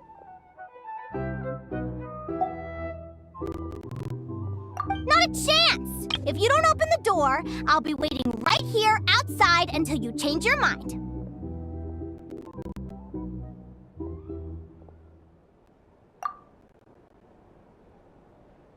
I have so many questions to ask you. Can you at least answer this one? Who are you to me? Are you my sister? Open the door! Oh, right. Stop yelling. Come in. That wasn't so hard now, was it? Take a seat. Just to be clear, I wasn't expecting visitors, so I can't offer you much in the way of comfort. Curiosity is a dangerous trait, Linnea. You're gonna regret coming here. Don't say I didn't warn you. You sure about that? Because if I hadn't come here, I'd be regretting it already. Will you please answer me now? Why do we have the same wings on our heads? Why did I pass out when I touched you? And why did I see all those... Visions of your future? So, it wasn't a dream after all. Of course not. Linnea, you're an avid student of the natural world. Surely you're aware of the 6 most common types of Fae? The Vila, Domovoy, Leshy, Volkodlok, Snegovic, and Jack Frosts. Right. Well, there are many less common varieties too. The legendary Lantern Fae, the Sirens with their lilting songs, and us, the Augury Birds. We foretell both disaster and delight, gazing upon the past dawn and future night. Others fear and revere our might, while we alone detest our plight. I've never heard of an augury bird before, or the poem you just recited. That's hardly a surprise. You can count the number of augury birds alive today on one hand. And that includes you and me. So it's true then. We really are family. Family.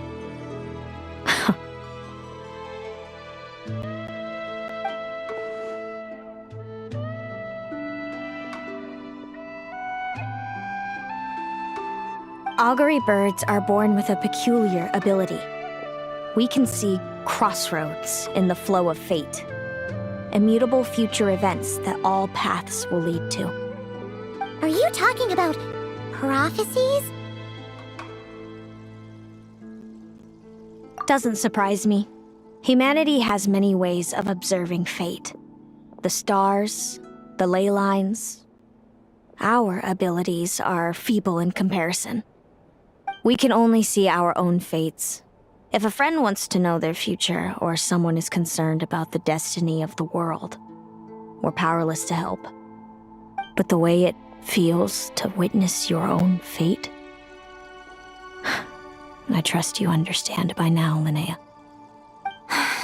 It certainly wasn't fun. Those prophecies brought a flood of emotions with them, from excitement to frustration to bitterness. By the end, all I was left with was a kind of numb emptiness. I had a goal in life, and before I even had the chance to start fighting for it, I saw how it would end. It's like someone spoiled the ending of a story I was really enjoying. Wait till you've tried to defy fate and found how powerless you are to change it. That's when the real suffering begins.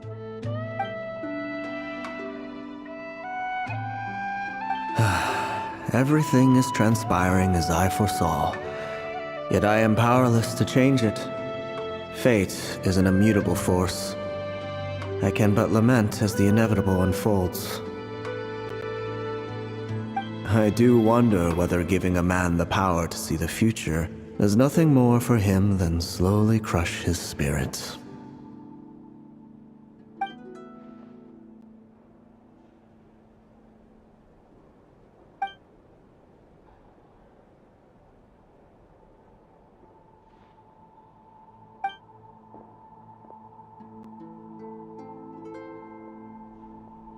When you know every joy and every sorrow you'll ever experience, and there's nothing you can do to change it. Like you said, it leaves you with a numb emptiness. Generation after generation of augury birds lived with this burden. Until you were born, and our parents found the only solution they could think of. If an augury bird is set far from the Fae to grow up among humans, the awakening of their prophetic abilities could be delayed. So that's how I became a changeling. What about the child I was switched with? What happened to her? Don't worry, she had the opposite problem to you. She needed to live among the Fae. She was born with a strange, rare disease that humans cannot cure. If she hadn't been switched, she would have died a long time ago. Our parents saved her life, then raised her as their own. Eventually, her birth parents came to find her, and now they're living together in Snezhnograd. I see. Wow. It all makes sense now. But there's still one thing you haven't explained. Those things you said before I fainted. What did you mean by all that? I meant exactly what I said. I don't like you. But why? No reason. So we're back to this? If you won't tell me, I'll have to guess myself.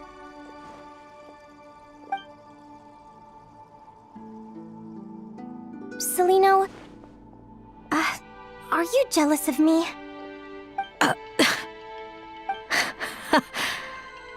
Good guess. But I wouldn't call it jealousy. More like resentment. By the time our parents came up with a solution for you and sent you off to live with the humans, I was already tormented by visions. If I'd been born just a few years later. How cruel fate can be. Mom and Dad would sneak over to Nodcry to see you sometimes. They talked about you non-stop. Even that human child got more attention than me. I came with them once, to Nodcry. When I saw you there in the distance, living your carefree life, I was torn apart by jealousy. But I had to pretend that nothing was wrong. Even that I wished you well. Did no one ever consider how I felt? What was I to them? A reject? A failure? A pitiful wretch abandoned by fate? Oh, Celino.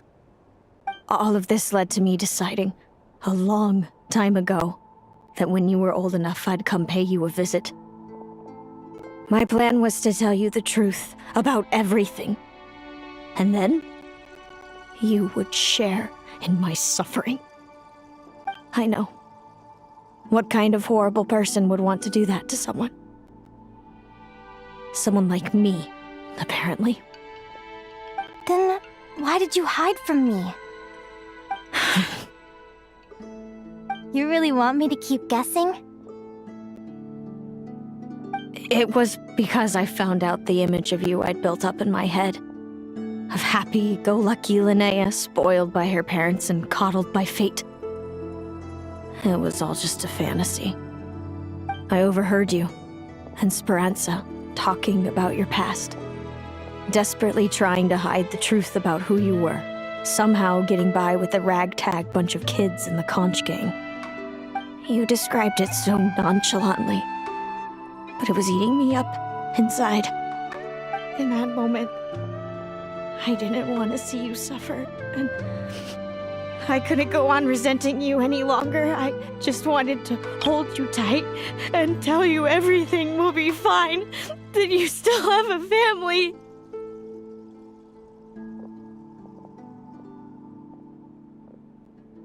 Hey, sis. You're really not cut out to be a villain. So much for making me suffer, huh? Now you're the one crying and I have to comfort you. But I understand now.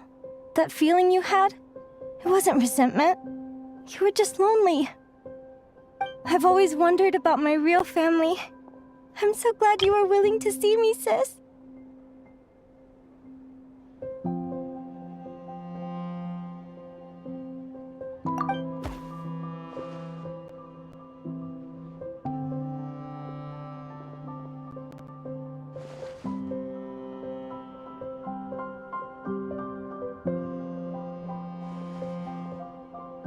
Thank you. All of you. This is not how I expected this to go. Don't mention it. Paimon thinks it's always best to get everything off your chest. That way, everyone can go back to being happy. You're right, Paimon. I haven't been this happy in a long time. Yeah. Hey, Celino. I was wondering, how did you end up with a Radiant Bladehorn as your partner? All the ones I've seen in the wild have been hyper-aggressive. They certainly wouldn't let me get close enough to touch them. We met that time when Mom and Dad brought me to see you in Nodcry. Hemus was still a baby then. Must have gotten separated from his parents. I ended up looking after him for a while. I suppose our friendship was preordained. Just like my upcoming victory in this competition. An immutable crossroads in the flow of fate. Immutable? You're welcome to try to fight it, if you want. Prepare to experience just how cruel fate can be. Leave this competition and fly somewhere far away.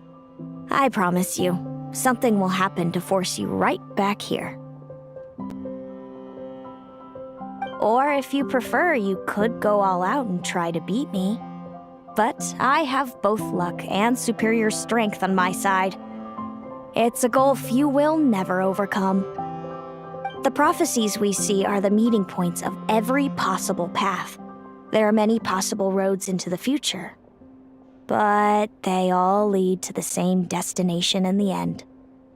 Now that I know the pain of seeing my own fate for myself, I have to ask, how have you kept it going all these years?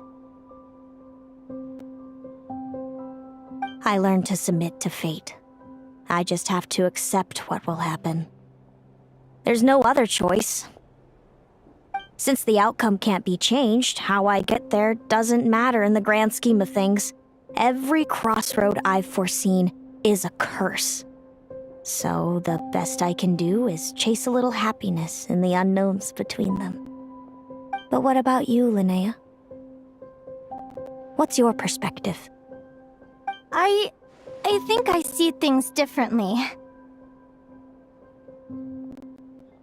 How about we continue this conversation after the tournament? I'd rather give you my answer then.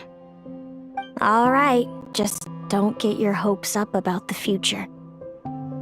I don't want to see the disappointment tear you apart. I'll be fine, trust me. Anyway, we'll leave it there for today. See you in the arena! It's getting pretty late. We should all get some sleep. You're staying at the flagship too, right? No need to see me out. I'll be fine. It's so noisy. Oh, and thanks so much for keeping me company today. Good night.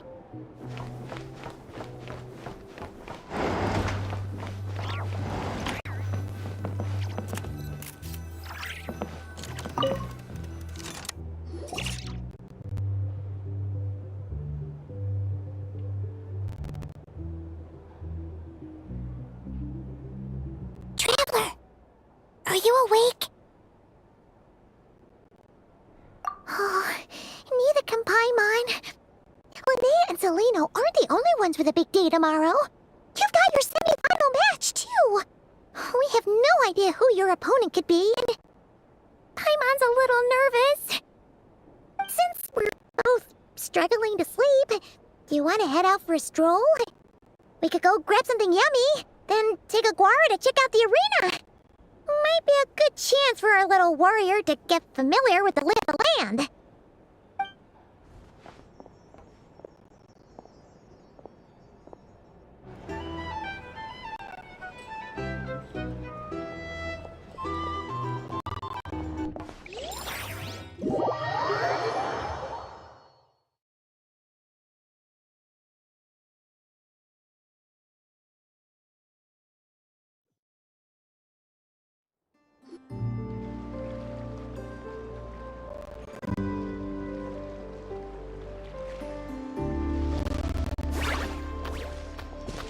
Listen up, Lumi. I've seen Celino's Radiant Bladehorn in action, and it isn't just strong, it's fast, too. Her best way to exploit both of these traits will be to make her Radiant Bladehorn charge you. You'll have to find a way to dodge the attacks, then pick the right moment to counterattack. Linnea! Sure am. What are you guys doing here? Lumi and I were just going over our strategy for tomorrow. Since you're here too, how about letting Aguara join Lumi in some friendly sparring?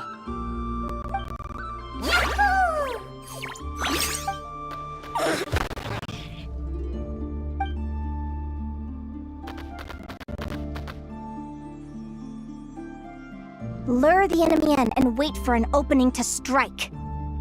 Yeah, looks like that's my best shot at victory. But Amos is so powerful. Even if we do find an opening, I'm not sure Lumi's even strong enough to make it count. I need a better plan. Thanks.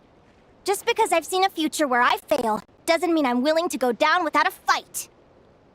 Fate is such a mysterious idea. Despite having it explained to me and having seen it with my own eyes, I still find it hard to wrap my head around it. What does fate mean to you? You're in a philosophical mood, huh? Well, I don't know if I'm the best person to ask. I've only just learned who I really am. I need some time to think. Besides, I'm an advisor, remember? It wouldn't be very professional for me to start spouting best guesses and speculation. What if I led you in the wrong direction? Relax. I'm just curious to hear your opinion. Alright, well, I think that knowing the future is a pretty lousy deal. But then, life's full of lousy situations.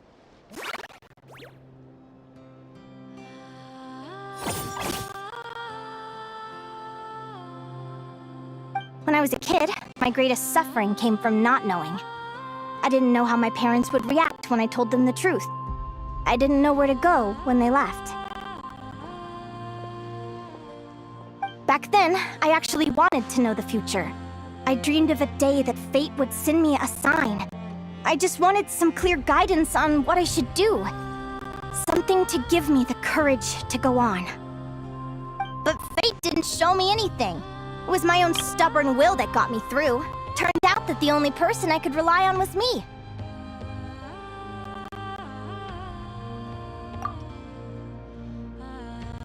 I've always known what it's like to be terrified of the unknown. And now I'm learning that knowing for sure isn't all it's cracked up to be either. What's the big deal? The world hasn't ended and I haven't changed. What do I have to fear?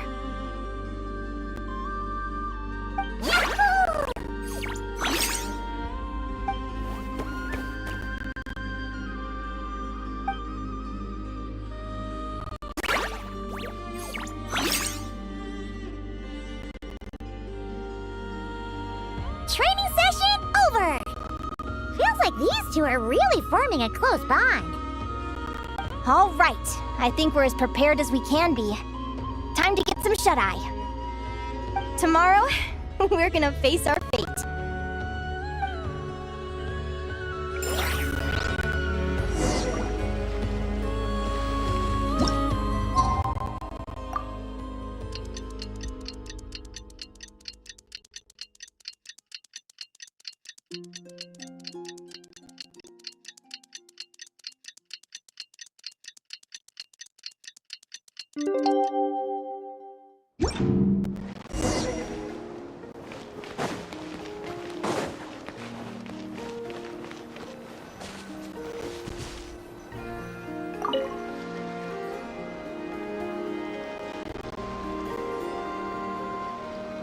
Is everybody ready?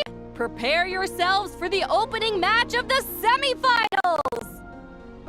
Our contestants are ready and raring to go! On the one side, we have the Traveler and her partner Aguara, and on the other side, we have Linnea and her partner Gornyesin.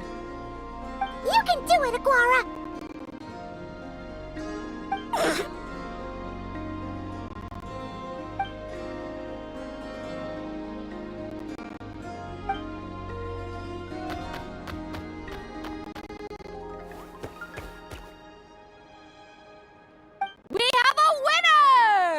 Everyone, please take a short break. The second semifinal will begin shortly. Great job, Aguara!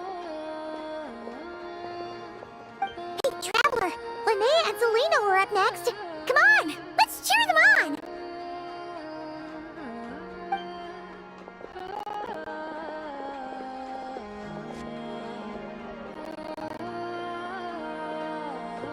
Looks like our contestants and their partners are in position. On the one side, we have Linnea and her partner, Lumi.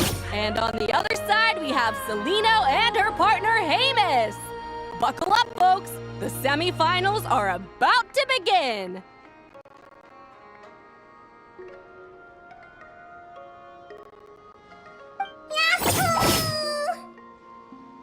You can do it, old boss! Go get him, Linnea!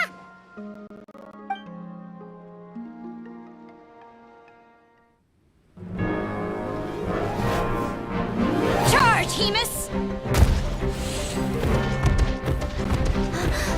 Don't panic, Lumi! Remember your training? I'm right here. Ready? Yahoo! Now jump! Yahoo! Attack! Yahoo! Stop her! Yahoo!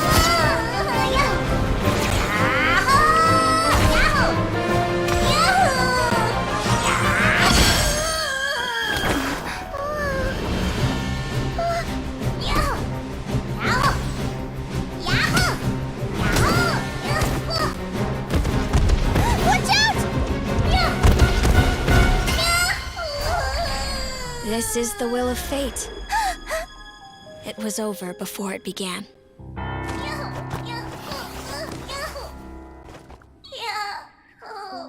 Lumi! Lumi! Huh?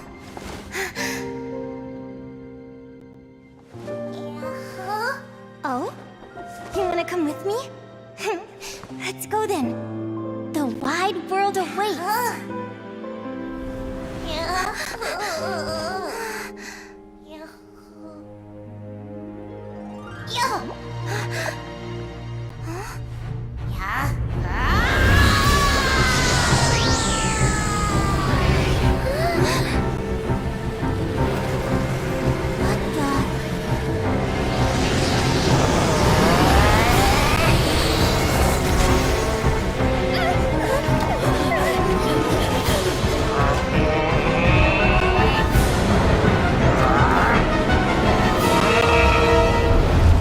Don't worry, Hemus. Victory will be ours.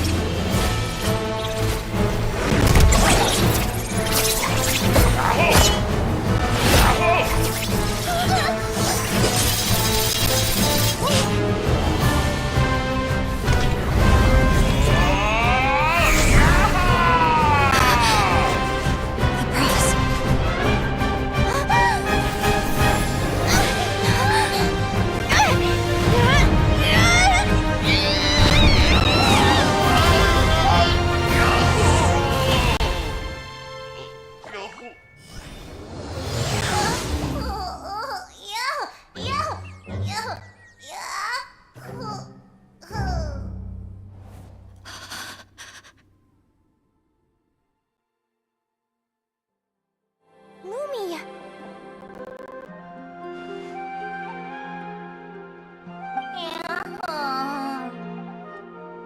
You were amazing! I didn't know you could grow that big! Yahoo! Yahoo! You know, you look a little different after absorbing all that geo. Wait a sec! Could that be it? Linnea! Are you guys alright? Traveler! Paimon, come quick!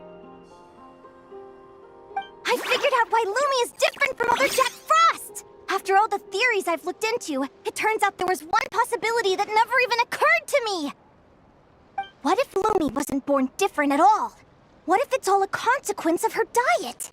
Surely ingesting large amounts of rare ore could explain the development of her geo-features. I mean, just look at fiships! Depending on their element, fiships can look wildly different. But from a biological perspective, they're still considered the same species.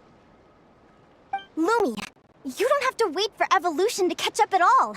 You just have to find another Jack Frost who likes the same things as you do. Then you'll have a true companion! I'm so happy you unleashed your full power, Lumi! If you hadn't pushed yourself like that, I never would have had this eureka moment!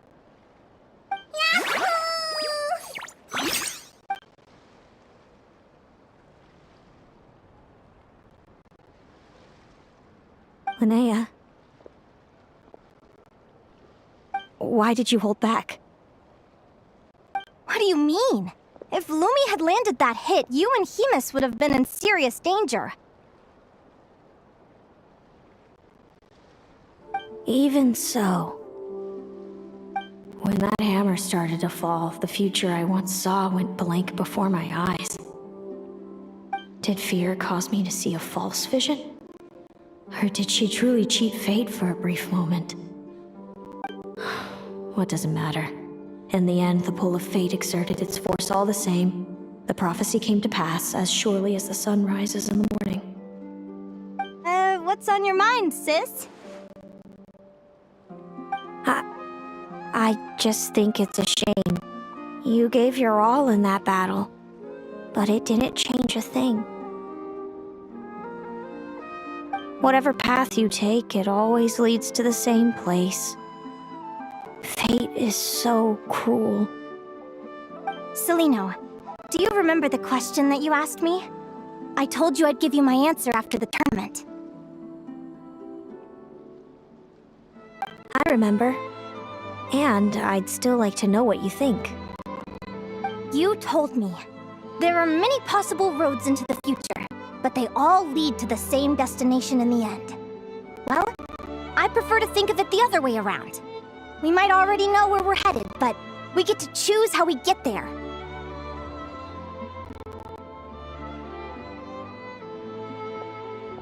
Maybe fate will always lead us toward the same destination, but I never cared much about the outcome. I just want to walk my own path. So, even if I was destined to lose to you, there was no way I wasn't gonna give it everything I had. And even if my ship ends up at the bottom of the ocean, I'm not gonna let that stop me from sailing it to every corner of the world first. If all people care about are outcomes, then why doesn't everyone give up on happiness and love? After all, the certainty of death is the one thing that every person knows about their fate. But my feelings, my thoughts, everything I've seen, all that exists beyond the reach of fate, they belong to me, and no one else controls them.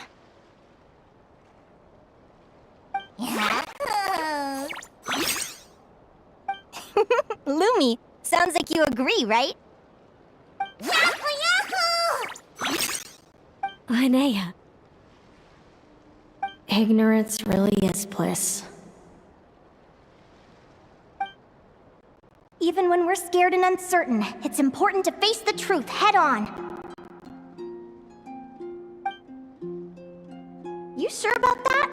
Because if I hadn't come here, I'd be regretting it already.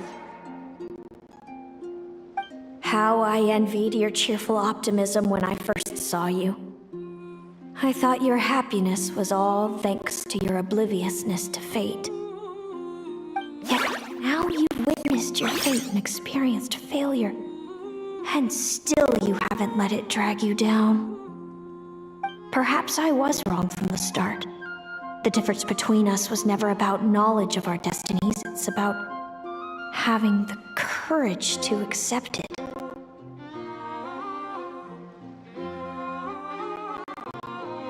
Celino, you okay? You're looking pretty zoned out. Actually, I was just thinking, I'm happy for you. I claimed the victory promised to me by fate, and you found your answer. A truth that transcends fate itself. Sounds like I got the sweeter deal overall. But hey, mine and Lumi's journey isn't over yet.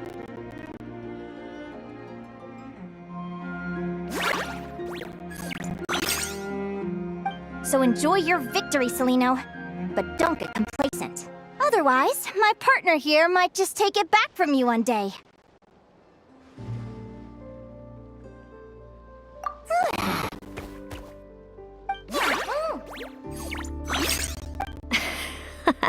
That little thing?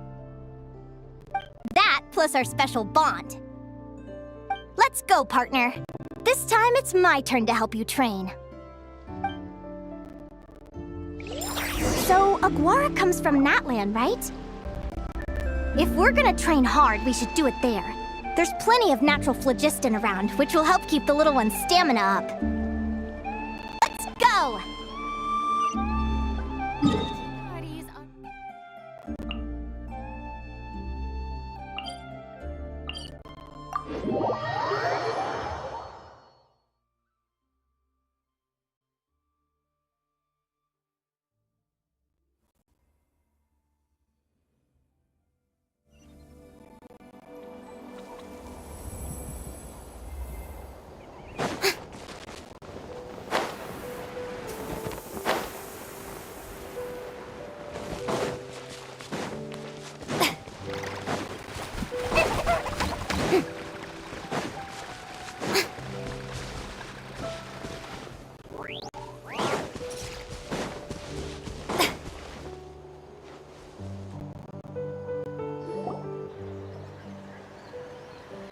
Hello, Natlan! I'm back!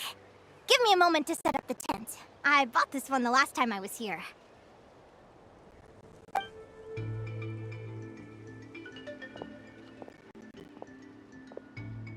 I'll lend you a hand!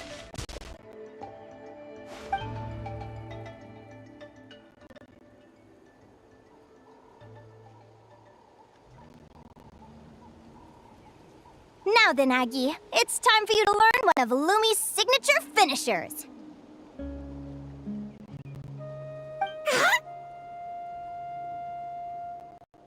Watch closely. Lumi, do the honors. Yahoo!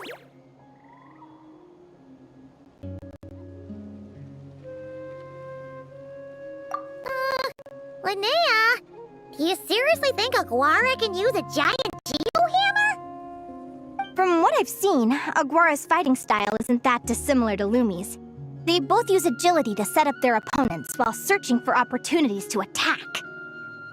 But Aguara isn't strong enough to break through Hemus's defenses. He needs a weapon to level the playing field. Aguara will need to channel Geo-Essence from the ground and fashion it into a powerful rock hammer. Simple enough in principle, but it might take some time to master. Aguara, want to try it out?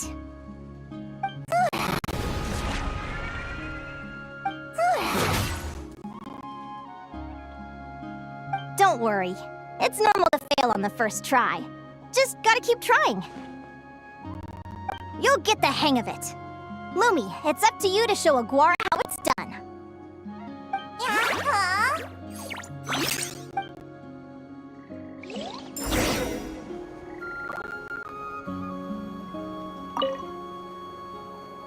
You'll get the hang of it. Lumi, it's up to you to show Aguara how it's done.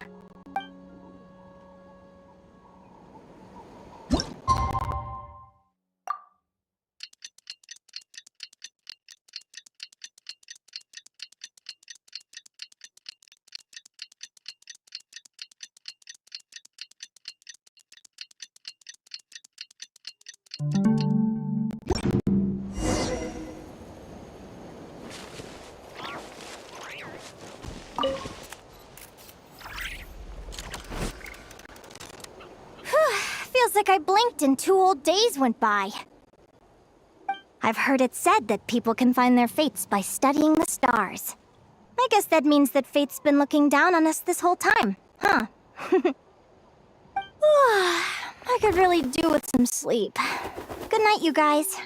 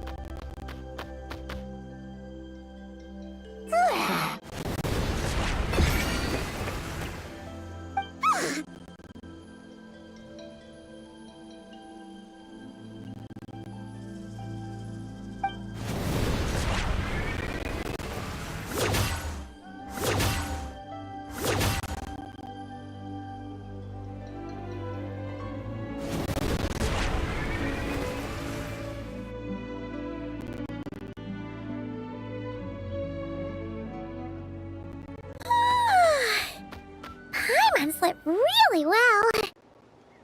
Huh? Oh, look at all this grapefruit! Aguara, did you pick these for us?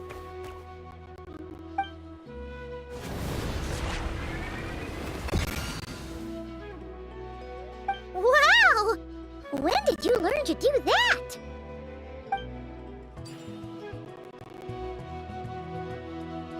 Yahoo!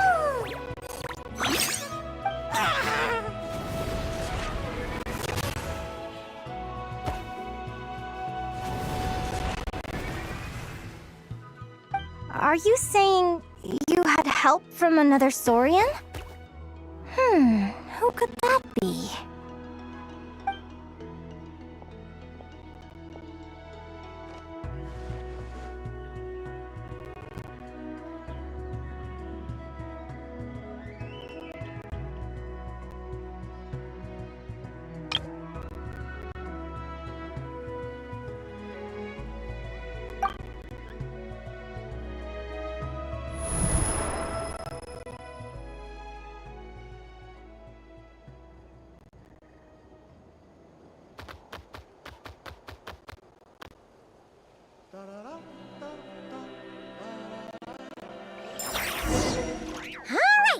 Now that Aguara's mastered Lumi's secret weapon, it's time to head back to Notcry. Looks like we should get back just in time for the finals.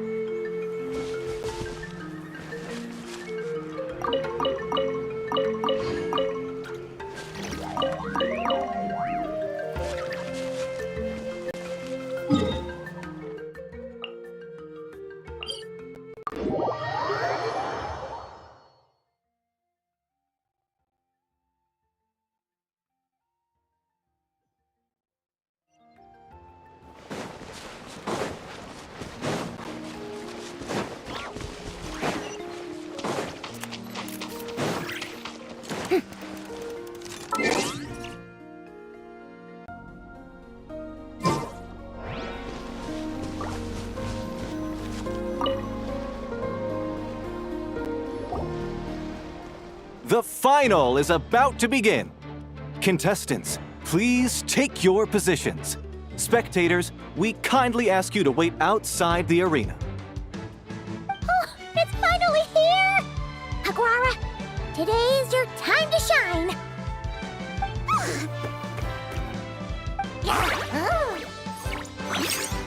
It's all up to you now, partner. You've done the hard yards in training. Now, go out there and believe in yourself! It's time to write your name in lights and show the world how hard we've worked! You've got this, Aguara! Yahoo! Yahoo!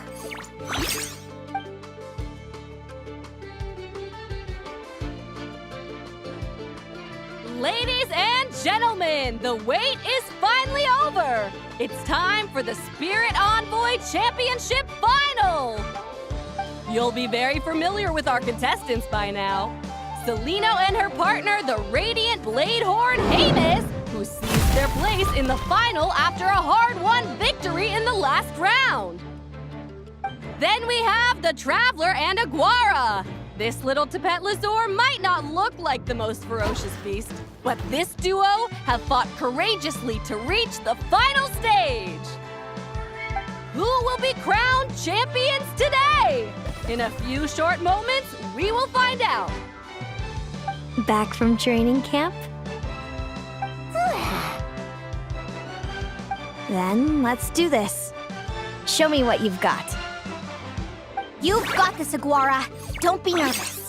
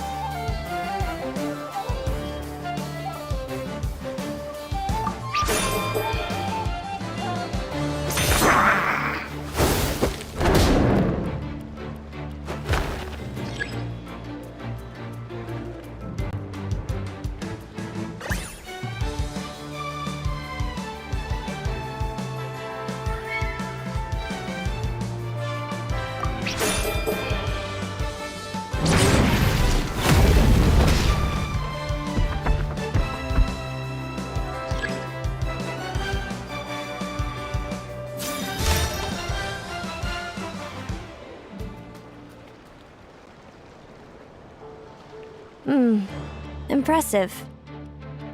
Hemus, summon Animo energy on your horn, and then charge! Now you see what you're up against.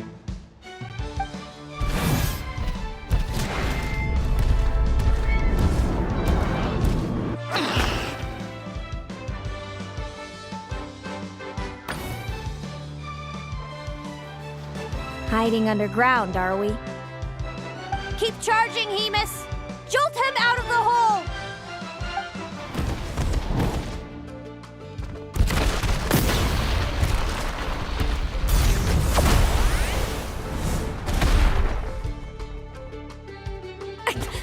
Hemus, are you alright?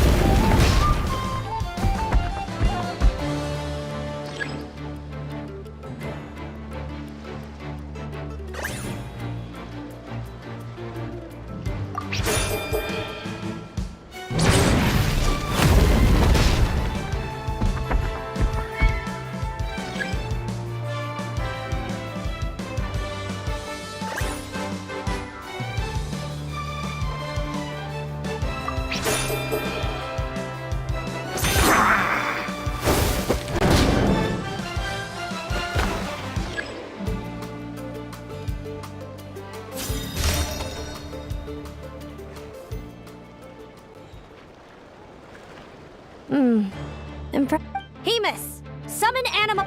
Now you see what.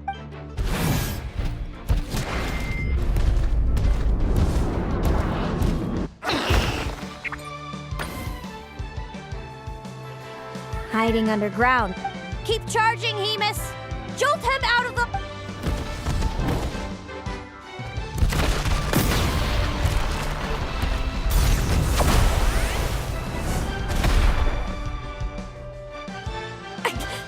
Hemus, are you alright?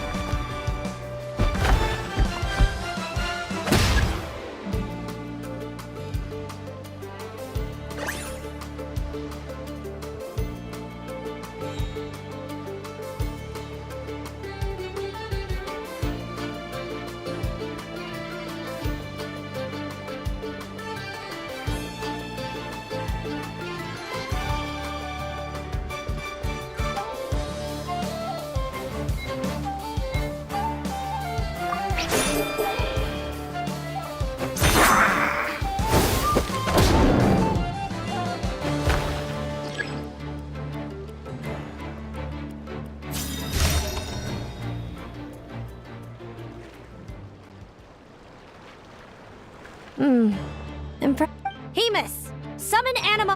Now, you...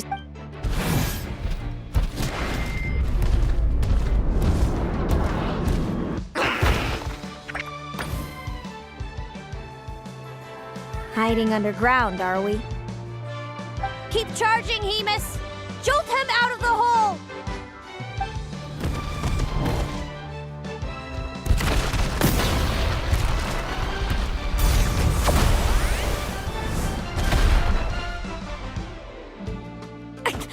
Hemus, are you all right?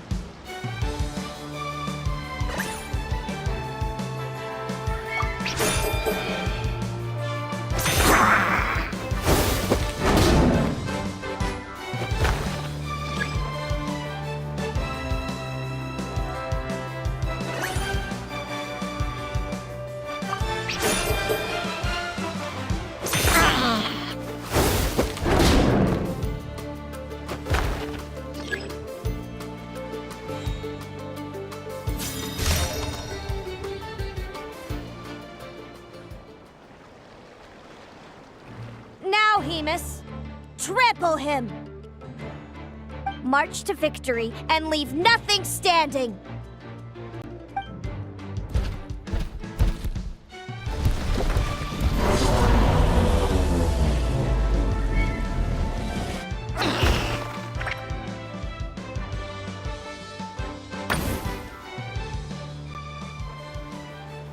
Predictable.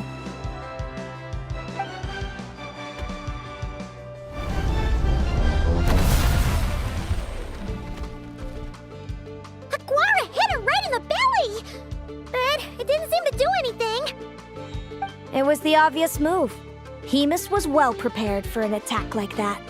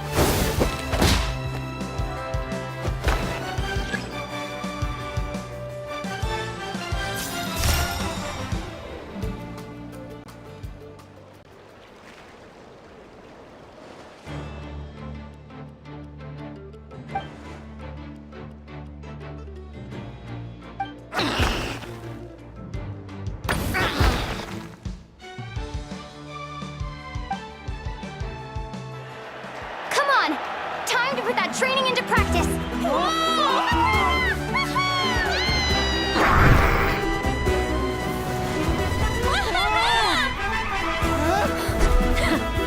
Interesting. Hemus! We showed them no mercy! Dude! That little munchkin's got some style! It's a trip to the hot springs if you win! Hemus, full tilt! Aguara, charge!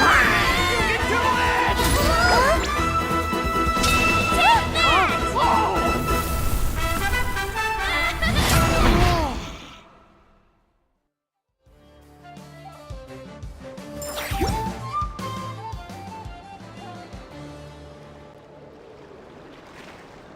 Hemus has lost the strength to fight on. It's all over, folks. The champions are the Traveler and her partner Aguara. Aguara! Aguara! So, I lost.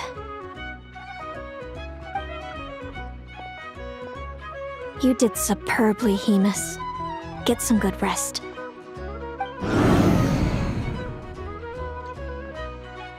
Seems I underestimated your little partner. I'm impressed.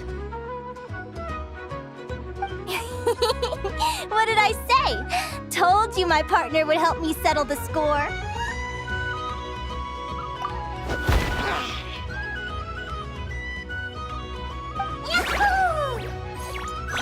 Ladies and gentlemen, we will now take a short break to give our finalists a moment to recover. But don't go too far, because we'll be back very soon for the award ceremony!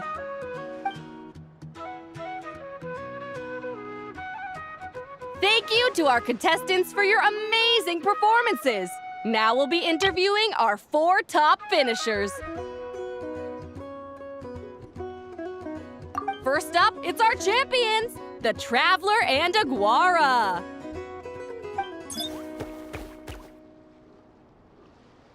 We can all see that Aguara is still a young slip of a Tapetlosaur, and yet the fiercest of enemies couldn't stand in his way. So tell us, what's the secret to Aguara's success? I see. It sounds like behind every champion is a dedicated group of supportive friends. I'm sure we're all looking forward to even more spectacular performances from Aguara in the future. Do you think you're up for the challenge, little one? Next, we have our runner-up, Celino. Let me start by asking, what's next for you and Hemus? Will the two of you keep adventuring together in the future? No, Hemus doesn't belong with me. I'm hoping that soon I can set him free to roam the wild. And of course, since he's so friendly towards humans, I do hope any adventurers who run into Hemus in the future won't mistreat him.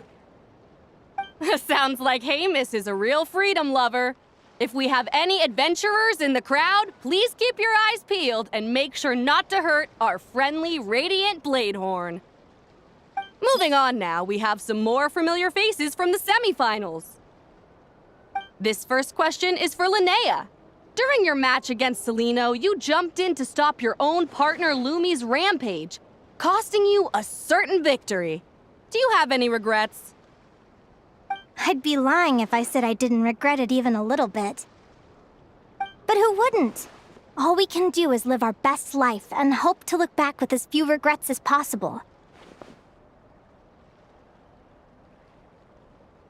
And overall, I had a really great time in this competition. I found my long-lost family, and we really care about one another. Inspiring words from Linnea. Now it's time for our final interviewee. Please welcome Viliana from Snezhnegrad. Anything you'd like to share with the crowd? Well, I've been really loving Not Cry. There's so much to see and do. I'm planning to stick around for a while, so if you see me around, come and say hey. Great. Enjoy your stay, Viliana. Well, folks, we've heard from all 4 of our semi-finalists. Now, to round things off, it's time for a group photo. Thank you to everyone who took part in the Spirit Envoy Championship. We hope to see you next time.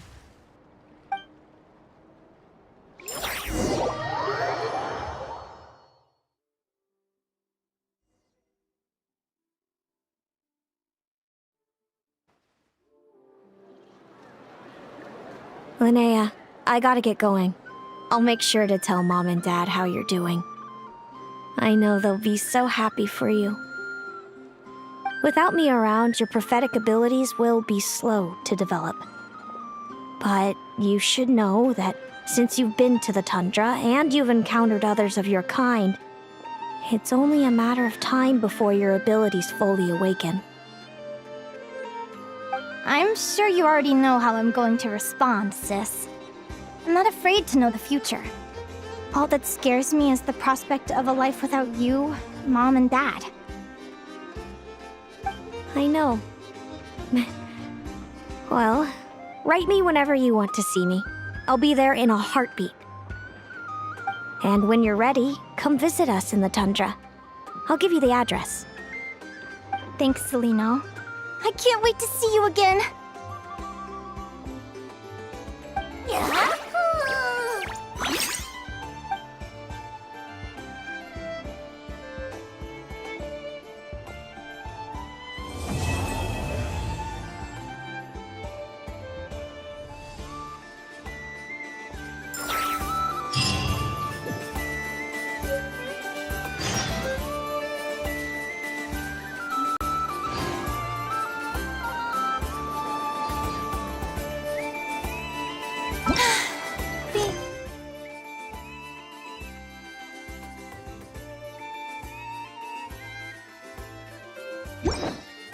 Too popular, it can be such a hassle. Who knew the people would adore me so much?